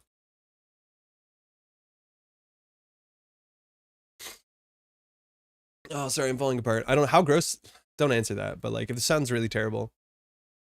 Kix, is that Kikai? Kikai, we're about to read your thing, I think. How you doing? I wasn't familiar with the website, but it looks killer. That Worlds deck had a count siphon? I don't think it did. I honestly don't think it did. Okay, Anarch consoles. Amoensis one day will be good. Carnivore is worth trying. Demolisher's not very good. Keiko is messed up. Knobkree's messed up to be banned. Marrow's really good. Maw's really good. Patchwork is really good. Literally all but one Anarch console is super playable. 1.5. Amanuensis will be good one day. No. Anarch consoles are really good. I'm sorry if it seemed like I took a segment just to dunk on one person in particular. But no, the Anarch console pool is really, really good. Criminal's probably quite bad. Are there still a lot of really bad Criminal consoles? It's okay. It's really good. It's the best out of any faction. Like, let's look at Criminal. Hermes is great. Masterwork is 1 ID, but it's very good. Maui's a joke. Paragon is fine. Penny Shaver's fine. Swift is fine. Virtuoso is a joke. Zamba's a joke. So far the worst. Onicum's amazing. Daredevil's a joke. Endurance is banned. Lilypad's really good. Mind's Eye's not great. Pentagraph is okay. Super Corridor is not fantastic. It's actually the best. I think it's the best. Anarch consoles are really good. Rip Virtuoso? Yeah, it's a shame. Like, people forget this card exists, and like, I don't blame them. It's a really cool effect. It's just like, it's on the console slot. And like, y'all know what the other consoles do, right? Like, if this was a resource that cost 3 or 4 credits, you'd play it. It'd be cool. It'd be neat. I was thinking of Hate Bear. Yeah. This one was, I think it was Chris Dyer's deck, right? Like, it was just good stuff, Wizard. But yeah, there was Hate Bear around that time too. I don't think Hate Bear won Worlds though. The price of draw 4, gain 2, install 1, often with the upside of drawing 2, gaining 2 to 4 more. It's so far above what a reasonable runner economy card should do. Yeah. No, it's cracked. The price is cracked. I know Jeff and I were saying when it came out, this is one of the strongest cards. And no one listened to us. It's fine. Excuse me, I got third on Worlds with Zamba. Zamba is broken. Like, Zamba did cause cards to be banned. But like, it's also Zamba. Aaron OP, that's the biggest issue though. Are we all forgetting that Rizeki is a card that is banned and Enter gets 1 that gains 2 MU instead of costing 1 and is still not played, and how good Enter consoles are? Yep. Yeah, I do think though people are getting bored. Like, I think Keiko is just so sleepy that people want a win condition, and Ma is a better win condition. Rizeki was a mistake? Rizeki ban was a mistake. Oh no. Sincerely a casual Shaper player. No, I don't think so. Okay, let's read this really quickly before I totally lose my voice. This stream is not going to be that much longer. My voice is not holding up. I can't do this. The Surveyor. I'll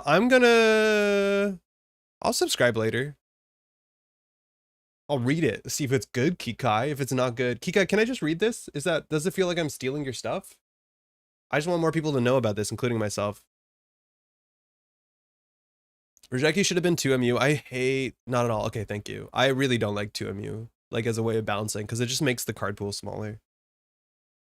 Okay, so this is from Kikai. I'll put the link in the description if I haven't already. I'm in chat. I'll put it in the description for sure. Kikai's been doing these write-ups that I saw. One came up on Jeff's stream. I'm like, wait a second, this is sick. Watch the Swiss and Top Cut streams on the official NSG Twitch. Find the Top Cut decklist here. Mind you, just for context, Kikai is a player from the UK. So there's going to be a bit of a 419 and R+5 to this whole thing. That's what I've learned throughout the years. ACC American Continentals was the first of 3 continental championships and one of the most prominent Netrunner events of the season. That is true. As well as offering incredible prize support, these tournaments also serve as gateways to the prestigious Intercontinental Championship, an invitational event that is only open to the very top players from each continental. It was no surprise that the ACC attracted almost 100 players from across the globe. Couple things. I don't think the prize support of what was in America Continentals was shown. So let's look at it. Because I think a lot of it was like kind of released at the last minute. Results. And I'm not saying that as in like a burn, it's just, you should see it. It's cool. So we saw this, which is the, what's the name of the artist? Yeah, the Woodman. The strike fund is absolutely sick. This is a twinning, which is really cool. It's definitely a card that like I'm surprised it's getting altered because I think the twinning art is very, very evocative and very cool. But this is quite cool too from Marlon Ruiz. Very, very cool. And then the playmat itself, mind you, this was the participation prize. I think this was top half. Yeah, top half was Continental Championship featuring, oh, that's Man in the Moon. Oh, that's why it happened. Oh, that's really cool. Okay, so that's Abram. And then the top 16 got the playmats, which is the Aguaceros crew, which is really cool. Yeah, that's Man in the Moon's alternate prize. That makes way more sense. I didn't read the text. Maybe I should read. Yeah, he probably picked the card. That makes a lot of sense. Very cool. I said this early on the stream. This event was actually a bit smaller than I thought it would be. I don't know why that is. I do think there's a lot of players. You can play at multiple continentals. That didn't used to be the case, but 94 players this year was the same amount of players at APAC last year. Now there was a big event this last weekend. I think in Americas, there's been a lot more like grassroots tournament organization. So there's been more events for people to go to. I could see people having a hard time playing all last weekend and this weekend. Shout out to Analyze Chris, who top 16 or top cutted both events for in specific. Maybe there's a couple other players who were playing at both events, maybe. But yeah, I could see that being a bit more difficult. But yeah, it was a bit smaller than I thought it'd be. I think EMEA is going to be huge as much as it's going to be in person, so that will limit the size. And then APAC also will probably be pretty big, I think. What a good mat. At least my old Run Amok. Yeah, it has a very similar vibe to the old Run Amok. That's a really good point, droids. I didn't know there would be prizes after looking at ABR. Oh, there's always prizes. They just didn't show them, like, they didn't get posted on Null Signal games. The only one they showed was the Strike Fund. So I was like, what are the other prize support? Last year's set release was also just 2 weeks before, so it'd been a bigger hype. Yeah, that's a really good point too. It was like super, super hype. APAC was like the first tournament, so a lot of people just wanted to get in. I think there's also a bit of surprise how soon it was when Continentals was in August last year. Yes, NSG has done an effort to make Continentals earlier this season, just so that it feels like there's a bigger window for like SPT and just for the narrative between Continentals and Worlds. Because like classically it's in August and the Worlds is the beginning of October and they want a bit more room. So I agree with that, but that's true. I kind of prefer the release into instant tournament, but that's just me. I know Jai, a lot of people really struggled with it because they wanted, like, they ground and had a miserable week trying to figure out decks in such a small time. But I agree, as a streamer and as someone who watches events, I like it when it's very, very quick so you can see the new cards really quickly, but I don't think it's a healthy way to do it. Unlike the Boston NANPC, am I the only one who says NANPC? I think everyone else says NANPC. I'm going to say NANPC. Event last weekend, which was almost perfectly balanced. The faction spread at ACC was skewed on both Corp and Runner side, with players favoring HB 38% and Anarch 51%. Wait, is that my numbers too? 37, rounding, 51. Yeah, okay, rounding. We got there. There was less humor, honor, or profit to be found in Swiss. Both Tech and Criminals shared the lowest attendance rates of 17%, but both factions made up for that impressive showing in the cut, 31 and 25% respectively. Yes, 100%. They performed really well in the top cut. I heard you, Kikai. Notably, but perhaps unsurprisingly, the number of Hoshikos, roughly 40% of players, was huge. This single identity outnumbered all the Shaper players combined. A lot has been said about the power of Ashniko deck. Slightly less has been said about how easy it is to pick up and play. The combination of these things make it an obvious choice for so many players. It also makes it the most obvious threat for Corps to respond to. So was this going to be another Hoshiko-dominated top cut, or had someone found a Corp strategy that could consistently beat the best runner deck? I think we might have been underselling how easy this deck is to play. I think it's one of the easiest runner decks to be able to play in the modern meta for a while in terms of competitive stuff. But I do think as a newer player, if you pick up the Hoshiko deck, you can just botch it really bad. Because you have these recursion cards that you need to value and realize how to use. You need to time your recursion cycles. And then playing the price is actually generally pretty difficult for a newer player. So I do think it is easier to pick up and play. And I think it's fun to pick up and play. But I don't think it's as easy as maybe we've been saying in the last couple weeks. Turns out that different players had actually found out about 5 or 6 different corp strategies that could be used to challenge Hoshiko. As the Swiss round started to unfold, it quickly became apparent that the legion of untold protagonists were no longer apex predators, they were prey. The two big concerns were sports metal and op, both of which feature an extreme mix of asset, gear check, and fast event strategies that unoptimized Ashniko lists can struggle to respond to, even with 2x Mistbones, Han, and Ma. Their win rates against Hoshiko were 59-58. That is the exact sort of data that I want. Where I don't think the data that I presented is as interesting as specific matchup data. And also I would argue that matchup data above the like halfway mark, probably. Mind you, there's a lot of people too, and this is unfortunate that this shows up in the data I've collected, is there's a lot of players that will lose their first 2 games on like kit or not kit, well, I'll just say kit on an abstract, but say they'll like play the first 4 rounds of the tournament, lose 2 games with kit, win 1 game with their corporation, and then they'll fold from the tournament. So a lot of these numbers are actually not as accurate as you want them to be on the basis that a lot of players just walk away. It's an online event, so it's easier to walk away for better for worse. But if you're there to win and your first couple games don't go phenomenal, I get it why people say like, I'm just going to have the rest of the weekend to do my weekend stuff, as opposed to when you're in an event where you might as well play the rest of the games because you're meeting people and having fun. Online play is easier to walk away for better for worse. So keep that in mind. These numbers are a bit skewed because there is a significant amount of people that did not finish the event, which is not uncommon for online events. PD 57 and Asmari 65% were similarly adept at securing wins against our favorite magical girl, but at the cost of a worse game against Shaper. I don't know how you res a Hydra into Shaper. The new RW or R green central pressure cards. Oh, that's Rebelling Without Rehearsal, got it. Burner, Catalog, or Trickshot do serious work against Seamless Launch, Rush, and re-education strategies. Hush and Airblade are similarly good versus the Funhouse B1001 Glacier list. Did we see any of those? I didn't know that was a concern. Airblade, mind you, is just there as like a hardware. I don't think it's there as a tech card. PD has a 29% win rate against Arasana. Asmari has 18%. Oh boy. Lots of Europeans are staying up to ungodly hours, but only playing till they were out of contention. Yeah, exactly. And I respect. That's really bad. And this is the data that's so much more useful, right? Like, this is a problem. This is such a hard thing, is understanding that the meta, like imagine playing as Asmari against Shaper and having an 18% win rate. Imagine that. Like, I don't think Netrunner should be in a spot where your win rates can fluctuate that big. But at the end of the day, like if your strategy to be Neurospike is either kill with a Neurospike, which Shapers can beat through cards on table, or Russian remote server, which like res a Hydra or res a Toll Booth, I get through it for 1 to 3 credits with Physarum Entangler. Like, you don't have a game plan. There weren't too many Asmaris in total. I think 2 dropped. No, Asmari was the most popular. It was the second most popular corporation. There were 11 Asmaris. Like, that's only underneath, oh, sorry, Op and Sports Metal. Asmari was incredibly popular. Yeah, the 8-2 matchup spread, that's wild. Like, I don't know what to say about that. But that's a really hard thing to understand. It's like, it's balancing the game up against making the wide matchup, like, spread fun. I don't know. Yeah, no, Asmari was incredibly popular, way more than you thought it would. I do think, like, QTM as a whole, a lot of QTM players were playing Asmari. Not all of them, but I don't think there was that many. Like, a lot of that is in QTM, too.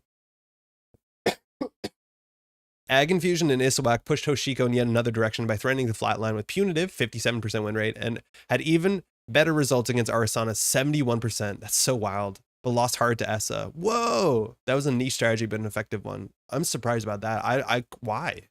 Why is Essa winning against Issuaq and Ag Infusion that hard? There were more Asmari versus Arasana games played than PD versus Arasana. That makes sense though. But there was like 10 PD players. Like, it wasn't that far behind. Yeah, that's just like a bad matchup. Like, he just rolled bad on the matchups there. As my experience with Asmari myself, Reg Hosh was all I hit in Boston with it, which was great. But it did worse at cons due to the wider field. Oh yeah. But you're playing a really interesting Asmari. Install Marrow, don't die, and just don't play your cards. I do think a big thing too is like Ag Infusion and Issuaq. A bunch of them are running the big barriers. And if you're playing like Lamb and Begamut, as much as you're going to need a bit more core damage, you can deal with a bunch of stuff there. Glacier leans hard on Brawn. Yeah, that's exactly it. Brawn you can deal with really well. I think calling out the Begamut, like one of the best ways to tax out like that sort of breaker suite, there, you know, the sort of turbine suite is big barriers, and Begamut does not care. Begamut does not care. Break Brawn for 1 is messed up.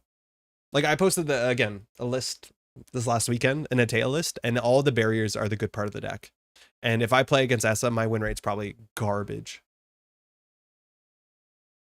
By far the biggest threat was Asa Group, which demonstrated an incredible 83% win rate against Hoshiko. I'm so surprised that number's that big.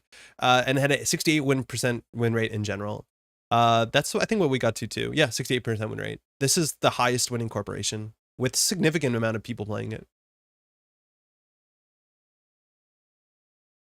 However, for the most part, Asa players were let down by the runner, and only the legendary two-time world champion Sokka was able to take his classic Skunk Void and Wage Workers Biotic list to the top cut. The Biotics seemed really good. I like the Biotics on the day. Hoshiko's Swiss rate was 43%. Her cut conversion was a merely 6% compared to 17, which was the baseline for this tournament, and overall runner win rate was 47. That's down from 55 in NBC Boston and 66% of Fly to EMEA. Runner win rate was 66% of Fly to EMEA? That's so goofy. These results are gift to the competitive Netrunner community. For those of us that have been struggling to play against Hoshiko, these results promise to shake up the meta and may lead for more runner diversity. This is what I don't know. This is the sort of like meta to me that gives me the most consternation, is that if I was showing up to an event, obviously I'm not gonna play as Mari because I don't want to have an 18% win rate any of the time, but like it gives me so much consternation to understand like decks are built to beat Hoshiko, and at some point they're not going to be built that way anymore, and then Hoshiko is good. And so understanding, do you bring Hoshiko or not?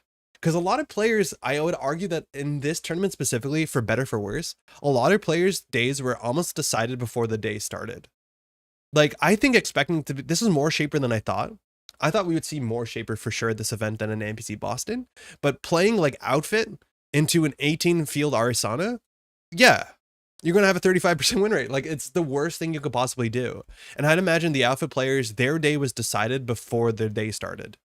And these are the sort of metas where if there's like really harsh win rate matchup pairs, I get really anxious about figuring out what to sleep up for an event. And it's the sort of thing where I'm more like, you know, I feel the bad times I've done that worse than the good times I've called the meta.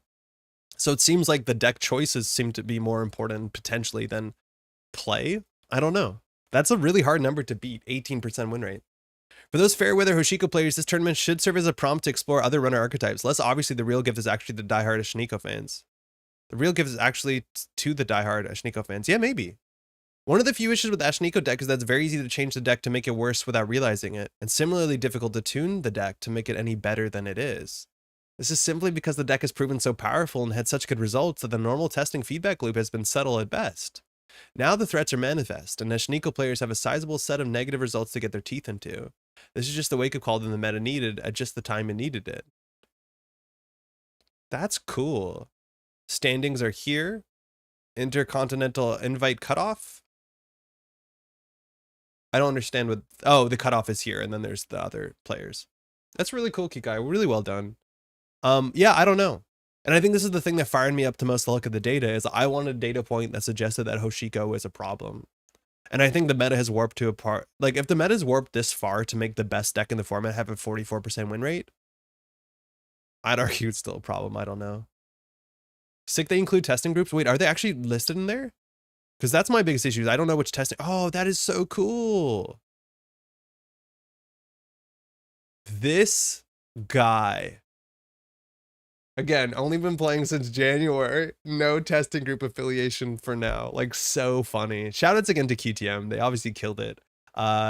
Kit winning the event too. We didn't exactly mention that. The Kit deck is quite good. Riel, she did great on that for sure. P, very strong deck. Tuna was such a treat to watch, of course. And then we have QTM, tiebreakers, a bit of EA Sports, some Snare Bear in there. 2 Snare Bears, pretty good. Torsog claims Wenjong? Yeah. Currently, that's where it is, right? I guess Torsog just gets dibs. Wenjong has to say something about it. Very cool. I don't know. It was quite an interesting weekend. Again, I was under the weather more than today, so I was just sitting and watching. I had a good time watching for sure, but Torsog represent. Let's go. Yeah, it's a really good article, Kikai. I'm pretty sure Kikai's been doing this consistently for other things. The Surveyor. The fact that Hoshiko's an explicitly anti-Hoshiko meta still got 44% is really concerning, actually. That's not the point that I was trying to prove, but I think you're right about that. I do think that this number is higher than it looks. because I don't want to pull up the data, because the result of me pulling up the data is you're going to see so many players that you might not recognize their names playing Hoshiko and not doing well at like lower half of the event. And that's because Hoshiko is the most popular. So the most popular generally is going to bring your win rate down, because the average play, like once you play a specialized deck that the only people playing it are the people who've trained for it, the deck win rate will go up. But now that Hoshiko is the most popular, the deck win rate goes down. So I think that you can still play competitive Hoshiko and do really quite well. Right, like still 2 Hoshikos made the top cut. Like, I don't know. I just think obviously Hoshiko was a bit oversaturated and that is not going to great for it. Issuaq Hype, Kevin. We were cooking the World Tree Ari list for quite some time, to be honest, and Trib and Bologna Band just made the clear frontrunner for us. Did you check out my apology letter for not playing Ari? No, sort of. I saw a list posted. Hold on, we'll look at 1 or 2 more lists. I don't know how. For those who are tuning in, mind you, if you're watching the VOD, and you're not a competitive Netrunner grinder, and you come to a stream like this, which admittedly is a bit of a result of me not being able to talk for that long, and you see this, oh, Wenjong made his post. Oh, go for Decklist of the Week. Hold on, we got to read these. These are great. Let me know what you think, because like maybe you don't care about this. You should read the Arizona list. Okay, I'm gonna start with this one first. First thing first, Netrunner is this amazing game. Play whatever makes you happy, and Toronto's a great city, and with even greater Netrunners, come play Canadian Nationals and get some cooler swag. Hell yeah, Wenjong. Mind you, Wenjong is Hectorist. It's a bit of confusion why he registered under that name. I moved to Toronto at the end of 2023, alone and bored out of my mind during the Christmas New Year's holidays. Found a local board game group after 3 rounds of brutal loss of Nemesis. One of the runners on the table, who goes by the mysterious handle Wise Netrunner Forever, pulled out an old dusty box and said, "There's this old card game which was dead then revived. I really liked it. Do you guys want to try?" Speaking to Wenjong, the amount of like respect and like happiness he seems to have with the Torsog meta is like really, really endearing and like makes sense. I know the Torsog folks, they're fantastic, but like he came to a newer city early in this year and he met these people that like brought him into this game, and he's obviously already like pretty indoctrinated and entrenched. A lot of, you know, shout outs to the Torsog crew for being as kind recipients to Wenjong and bring him into the fold, which is fantastic. 2 rounds of PD Ari Lu versus P later, I was hooked. I googled, found GLC amazing. Played startup for 2 weeks on JNet, amazing. Googled more, found a famous content creator, suggested standard is more fun, in person play is more fun, amazing. This is definitely me. Yeah, Neon Static. Wait, hold on. This is a bunch of people. That's sick. Neon Static, you sang in Métropole Grid. Really cool. Okay. I know we've all been like saying the same point for a while, which is like come play standard. Searched DLC and saw New York City had an event, and I can hit on my way to work. Event pinged Cat about attending despite never played in person. Had a very busy but fun a day, losing every game. Amazing. Learned 2 things after I got back. There's this person with cool hair who's so good at this game and can win the whole thing without even attending round 1 because of traffic. Wait, who is this? Who won this event with cool hair? D? Oh, fantastic. Cat was the creator of the amazing art. Wish I can get an autograph on a playmat. Oh crap, I need a playmat first. Having held Worlds, Toronto had some amazing TOs and even stronger players. The good thing is there's a lot to learn from. The bad thing is how do I ever make the cut in G&Ks and get a mat? Magically, internet directed me to a specific and relevant quote from the very good player from a New York City event. After several tournaments where new players won after getting a ton of grinding in, I decided to focus on quantity over quality this season. Seems easy, seems easy. Is this, which deck is this? That's D's deck. Okay, Sable. Very cool. The inspiration of the shell came from this amazing creation. Historically, there have been 2 reasons to play all 5 threes. Those are A, punitive, or B, a grindy glacier deck that's trying to score twice and get a 7th point from somewhere non-standard. Of course, why not both? This is a really old, no, this is not old deck. This is Cross-Brained Fool. I'm not familiar with the name. This is an Issuaq deck from August of last year. Okay. When you say an ID fires only once for the entire game, it seemed bad. When you say an ID saves you 2 to 3 card slots from a Gene Splice and the 4 clicks and 5 cards to score, it seemed cool. The deck has 4 win con cards, and depending on the drawn matchup, presented some wildly fun lines to pilot, depending on whether you're drawing into these pieces of win con cards and speedrunners setting up a game plan. Mull for early econ operations or sustain Charlotte to threaten. The first only Issuaq counters to be secured with Lacosta Seamless, and then from there on, you can install advanced events every turn. Pivot for the runners, or toys that can make your win con disappear. On card choices, the major iteration of the list that took an NPC to swap 2 Brun for 2 Data Loop and slotted Daniela after the painful realization that good stuff Hosh can and usually will be rich enough to afford mere multiple runs on Brun and Nancy remote that we're uncomfortable with. So let's set up the new combo to tax a different kind of resources, cards in hand, which incidentally makes Fuji so much harder to steal and punitive that much more effective. Some notable swats and considerations: 3x spin. We almost never needed more draw, so the influence can probably be saved on in-faction recursion. for the third seamless. Shout out to Erica already testing this out. I think the third seamless you need, like this deck for what it's worth is only on 2 punitive and 2 seamless. Now you have 3 Lacosta, but Lacosta is not enough to get the Issuaq to matter as quickly as possible. So having more seamless and more punitive makes sense. I'm a big Spin Doctor fan. Again, throwing your agendas into the bin does exist in this deck a lot. Not that it's a Regenesis deck, but you do throw your agendas into archives, and sometimes it has to be untenable for you. NGO, since every installer mode can probably be bluffed with the slot, can be brought to a second copy of Anoetic. Enigma is the default option for the very cool card, got banned, although is never crucial to our plan. It felt it shouldn't be some even more expensive code gates, but I'm all ears. It's hard to play expensive code gates. Suggesting spin cuts, my new favorite players here. Oh no. Both do. Yes, it's very hard to get the threat 4. It's really hard to get the threat 4 in this deck. It's very inelegant, but it's 3 annoying subs. And it's the one card that actively helps you if somehow runner has 6 points and you don't have the kill. Singleton felt okay. A bunch of replays. This is really good. To save the replays. I think we're going to be going through this on Friday. Who's Hector? I really only go by Wenchong for Netrunner and in Meat Space. One random night, I'm so hot on Netrunner and JNet, I decided to make a small donation to see some cool alt art on JNet. After hitting send, I realized I forgot to leave my JNet handle on the transfer. My introvertness was killing me. Pinging and writing to the hardworking devs would be so cringe. The solution naturally is to make another account to make another small donation. Don't forget to comment my handle and not leave the devs suspect it's related to the last donation made 10 minutes ago. Now I needed a Smurf name.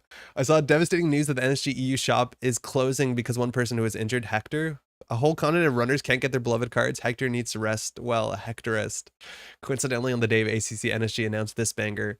I did well in ACC, registered under the handle of Hectorist. All cosmic arrangements, all answer to both names now. That's really funny. That's very, very funny. And then some shout outs to a bunch of players, the Toronto scene, content creator for doing angels work, community and attracting, welcoming, retaining, and vibing with new players. Let's go. Shu, the last Adam runner for taking me in. Let's go. And offering invaluable advice on replay analysis and deck inspiration. Introducing me to Rene, Kokoro, Gorfax, and Noodle Soup. All folks from the area, if I'm not mistaken. Very, very cool. Very, very cool. Great write-up. I think a lot of people are going to be excited about this. Is this what's going to take me to respect Issuaq? I'm not sure. I'm not 100% sure, but it's doing really well. And I'm excited to see again what Wenchong is going to be doing at Intercontinentals. Yeah, killer write-up. Really good. Yeah. For what it's worth, we should probably hit up the JNet devs to give Wenchong access to his alt arts on his other account, but it's fine. He'll be a Hectorist now. All right. This is another write-up. Do not adjust your set. Jai, you were not playing Arasana, right? I'm not sure Jai played Arasana. Where's the ABR? Excuse me. I'm falling apart. Jai played Hoshiko, okay? Now, that being said, this is the deck. It'll be explained in the write-up. Okay, I just want to double check because I'm pretty sure you didn't play this. So this is a World Tree Arasana list. Before we go to the list, this is 63 cards. This is the sort of deck that I think, if it's good, can easily be one of the best in the format. I think the weaknesses you can tackle this deck on is that World Tree is very expensive and clumsy. If you can bounce it, trash it, destroy it, the whole engine falls apart. And they have to spend a lot of money up front to get this going, which is pretty wild. 10 influence? Are you kidding me? Fams, we're cooking? What the hell? Play a class act. It's so good in Arasana. Why are you not playing a class act? It's incredible. It's so good. Because not only do you burst draw in the early game where you're setting up, and I know that you're doing more programs in this deck than I think I've been doing in World Tree, but then from that point on, whenever you draw, you bottom the cards that you want to World Tree into your deck. Oh man, 5 influence left. Anyways, maybe they'll address that. Read the list. Okay. Do not put down. Oh, I think it's because everyone who played it played their other influence splash. I think that's why. Okay. Yeah. Because every player used the shell and then added their influence. Okay. Do not shuffle it or offer your opponent to cut. You're going to have to search it again 2 more times. It's click. Yes, it's still turn 1. Yes, it's perfectly normal. Do not put down your deck. Augustus, Sebastian, Warlock, Armin, Firecracker, and Gotzen all brought variation to this deck to ACC, all placing within the top 20. They placed better than all the World Tree Ari unbelievers within tiebreakers, including the non-World Tree Ari Apostate Giat, placing 19th, and the 3 Hoshiko heretics, the King, Cold Lava, and myself. Meanwhile, Koga and Steve hanging out at 13th be like, whatever. I actually did not get to see Koga's list at all. I was assuming last time we saw Koga was on, what's it called? Aquaceres crew? This looks... I don't know what this is. I cannot look at this and tell you what it does. It looks like it would be a Banhar deck, but it's not. It's just playing 0 and Criminal. Okay. That's wild. Back to the story. World Tree Ari has been a known deck in the standard format for a while now, ever since Mr. Métropole himself showed off the extra in tech tree back in the TI meta. More recently, of course, Jonas made 11th in NPC Boston with his take on the archetype. I had no idea Jonas was playing World Tree Ari. I thought he was just playing good stuff Ari. I did not get to see the deck on camera.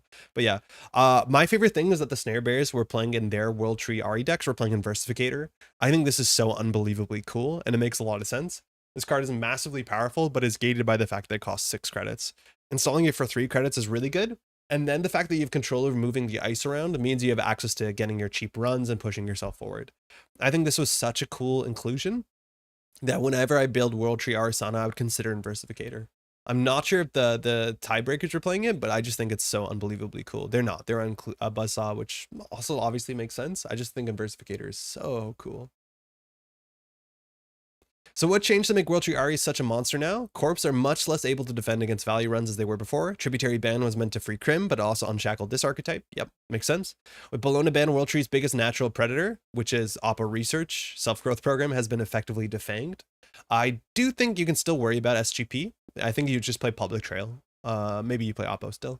And then Coalescence Cycling Engine is an incredible way to pull out of your rig or your tech programs with record efficiency. And because you're Ari, you're not even sad if you draw them, you just install them on tempo and keep going. Yeah, very good. Coalescence was such a big thing for the deck. Obviously it was, as much as Muse was as well. SGP still busted? Yeah, it is still busted. Notables. You'll immediately notice the 10 influence spend statistic at the top of the list. This isn't a meme. We're not superstitious enough to offer up 5-hole influence to insert deity of choice, but the remainder influence is extremely flex, and we wildly diverge in the way we spent it at the event. Okay, this makes sense. For what it's worth, the canonical tie list is with the second Physarum and a Clot. Clot was very good the day. I do think you want to consider Clot. Second Physarum is also very powerful, but 3 influence goes pretty far. The list pictured is more of a template for the core of the list that we agreed on. With some minutiae that would probably be too tedious to fit in here, I'll let you each member talk about some of their notable card choices later on. But for now, let's look at some notable exclusions. Pawn Shop. If you got extra programs to be selling the ace-ups, you're probably not destroying your rig aggressively enough. I agree. I think Pawn Shop as a one-of maybe can make sense, but I don't think it's necessary. Urban Art Vernissage and Ika, a highly contentious cut. Some breakers are still holding on to it, but generally speaking, you rarely have the correct setup early game to do the Reg Ari thing and keep bouncing Trojans for value. Even if you do, Daily Cast does the same thing for sufficient number of turns, then turn into something more useful afterwards without needing to stick around. So I haven't tried this in a while, but from my experience, I really liked an Urban Art Vernissage. But also when I was running this deck, I was running 3 Slap Vandals. This was, mind you, before Physarum as well. And so I was running a bit more, Trojans. Mind you, there's no even Picha Shao here. Oh no, there's a Picha Shao. So I was running like my value engine was I want to run, I want to install a Trojan so that I can get money on my UAV next turn. And then I want to sell something to Arasana, to the World Tree. This list doesn't need to do that. So I can see how you can not do the UAV, but when I was originally building Tech Tree, I wanted to make Arasana run and use as much of the Arasana's text as possible on as many board states as possible. So we needed to run Trojans inherently. This deck is just running less Trojans, but obviously it's totally fine. Now also having like Coalescence is really big because you can install this with Arasana's text, get the 4 credits off of it, and then sell this. So you're actually less dependent on having a Trojan on more board states, as in there's more ways to use Arasana's text in more positive ways for you that are not Trojan based. So it does line up for sure. Cyberdaily, to quote Jonas, we're trying to win the game, not build the biggest accounting simulator, and the size Stegadon Mark IV DZ does not make, does more for less anyways. Yeah, I can see that. Depends if you're going to late games or not, but if the games are going as fast as you want, you definitely don't need the Cyberdelia. DZ is quite good. Mind you, Lilypad, some of the decks are playing 2 of. I honestly don't know. Is Jonas playing 2 of these? Yeah, actually playing 3 of. I think that makes sense too. I think this is such a powerful card, and being gated from selling away one of your hardware is a thing. Another thing that maybe we'll get this in the list that I don't fully understand is that a lot of these players are playing 3 Airblades, and I thought that the best thing to be doing is playing 3 copies of Cataloger, because it's the same sort of card that gives you some sort of value and then becomes something else. Now, from my understanding, Cataloger doesn't work the way that I want it to do because the successful run breach step gets messed up slightly. So this will not fire when it comes in off of the thing. I didn't know that would happen. You can actually you can't use this on the turn it comes in, which I don't think I realized that when I first thought it out. But I'm surprised that Cataloger doesn't see any amount of play over the DZ, because I think the DZ text, or not the DZ text, I think the Airblade text isn't super relevant in the meta. And I think maybe you can afford to pay 1 more for it. I don't know. Maybe you can do 2 Airblades, 1 Cataloger. I appreciate having another win condition. I think you can use it the turn you sell it though. No, because you can only use it on a breach step. Airblades is a surprising amount of random utility. The 1 credit less is pretty huge. We consider big memes like Mache and Gabriel Celesi. Yeah. This deck is not amazing against assets. I don't know if you need Mache. You're all cowards for not playing the Mache. Very funny. But yeah, I could see 1 credit being more. I don't know. Maybe you can play 2 in 1. I just liked having Cataloger. It seemed like a good tool. It might be too greedy. Because for what it's worth, look at the win condition of this deck. Tell me the win condition of this deck. It's just 1 conduit, 3 trick shots. And that's what I ran into. And I think a bit of it was piloting, not error, but piloting, not having enough experience with it, is that you need to figure out how to close the game out with this deck. And so I valued having more cards that were more win conditions in the deck. So for me, having more multi-axis was pretty good. Yeah, Mache. Hey, Francesco, how's it going? Mache, mind you, for those who don't know, this is a Rain Reverie card. It got power counters when you trash cards, and then you can spend 3 power counters to draw a card. For what it's worth, this actually does, like, it is a tech card. The thing is, in the matchups where this is valuable, and you can trash a lot of things, that's not a very big overlap. Like, this technically beats Re-Education combo. Yeah, it does beat Re-Education combo, but, like, you need to get a lot of charges on this, and you already have Stone Chip. Sorry, I'm disgusting. Earthrise, have you seen this draw? Have you ever drawn this card? It's bloody awful. Yeah, but you don't draw it. You install it. I saw an Orca Loop running this and charging it. Oh, that's really cool. Hey, there's Hectorist. Hey, Wenjong. We just read your write-up. Congratulations again. I'm obviously a doomer on Issuaq, but everyone's super excited for you, myself included. Heard Airblades 3x is a nightmare for data loop. Yeah, it is really bad for your deck specifically. I can see it. Now, cede the floor to my fellow breakers who will elaborate on some of their flex influence and or tech slots. Oh, cool. So there's some write-ups about each player and what the cards they played. That's really cool. Armin was on Burners, a second Turbine, Clot, and Imp. I think Imp is neat. I could see that being interesting. The problem is the Imp ends up using a lot of your recursion. Shout out to original Imp there. Augustus was on Banhar, which is kind of really cool. Mind you, you have extra cards in hand you sometimes don't need, so why not? That's kind of neat. Sebk is on Into the Groove. Super surprised about that. Second Viserum and a Cupulation. I'm not a big Cupulation fan, but it's doing something. Warlock on the second Turbine. Again, Warlock did build the last Glacier, so you kind of bring the stuff to beat your deck. Viserum and Clot. Oh yeah, with Banhar. Airblades with Banhar is really cool, yeah. Banhar Blades is really, really cool. Shout out to the Daijin special. But yeah, Banhar Blades is a really nice combat. Yeah, shout out to Daijin, exactly. Gatson, Burners, Maw. I know when I played version of this, I would play Maw and or Lilypad. You can actually play both. This deck probably played both, and you can swap them in. I think you still keep your MU. I don't think you lose MU. Single Dawkins Pass is really wild, but losing a DJ and a Buzzsaw. So what's the Decode Gatebreaker then? Closing Tiebreakers, or rather the organization that would eventually come to be known as the Tiebreakers, was formed in the lead up to 2023's Continentals. And while it hasn't quite been a year, it's also been about as close to complete season as one can get. The deck list is also somewhat of a landmark. At least by my counting, this marks the first true tiebreaker deck collab since we blatantly stole Punitive RH from Seb K and called it our own Lamau. We eventually decided that the best way to cover up our plagiarism was to kidnap Seb K himself. Welcome to the squad, friendo. I personally irks me that I was too cowardly to play the same deck at ACC, electing to cop out with Hoshiko and getting instantly punished by going 1-3 on an apology letter will be forthcoming shortly. Edit apology post and comments. That being said, I count ACC as an absolute success for the team. Yeah, y'all did great, having successfully debuted our work and managing to put one member into Intercontinentals. Shout out to Augie, and of course, congratulations to all their qualifiers, especially to Nichan's girl for taking down the whole thing. As always, Shawet, you didn't... I don't know what that is. Ahem, before I sign off, a word from our sponsors. Entangler is such a hella busted card. I'm reading this like Axie, right? It legit just skips the big part of the core gameplay loop of Netrunner. Imagine all the boomers complaining about stuff like Boomerang and Botulus, but then you decide to print a card that you can install out of hand or enable just to have, yeah, this is definitely written by, yeah, thanks Axie. 100% that was Axie. Thanks as always, Shabar Friendos, type out. Okay. I think we underevaluated the hell out of Viserum in Jeff and I's tier list. We like immediately realized we were so wrong about it, and not because of criminal. Okay, apology letter. Tiebreakers from Jai. Date, yes, please. Reason behavior. The media convinced Hoshiko AP. I miss DreamNet. I was jealous of. I will hear my respect. Talk down the future. First ballot Hall of Famer. I don't know. Actual games. Mercury was in retrograde. Really well done. Very fun write-up. Hella gives it out a bit. Yeah, it really does. Entangler is such a hella busted card. That is like such a quintessential Axie sentence.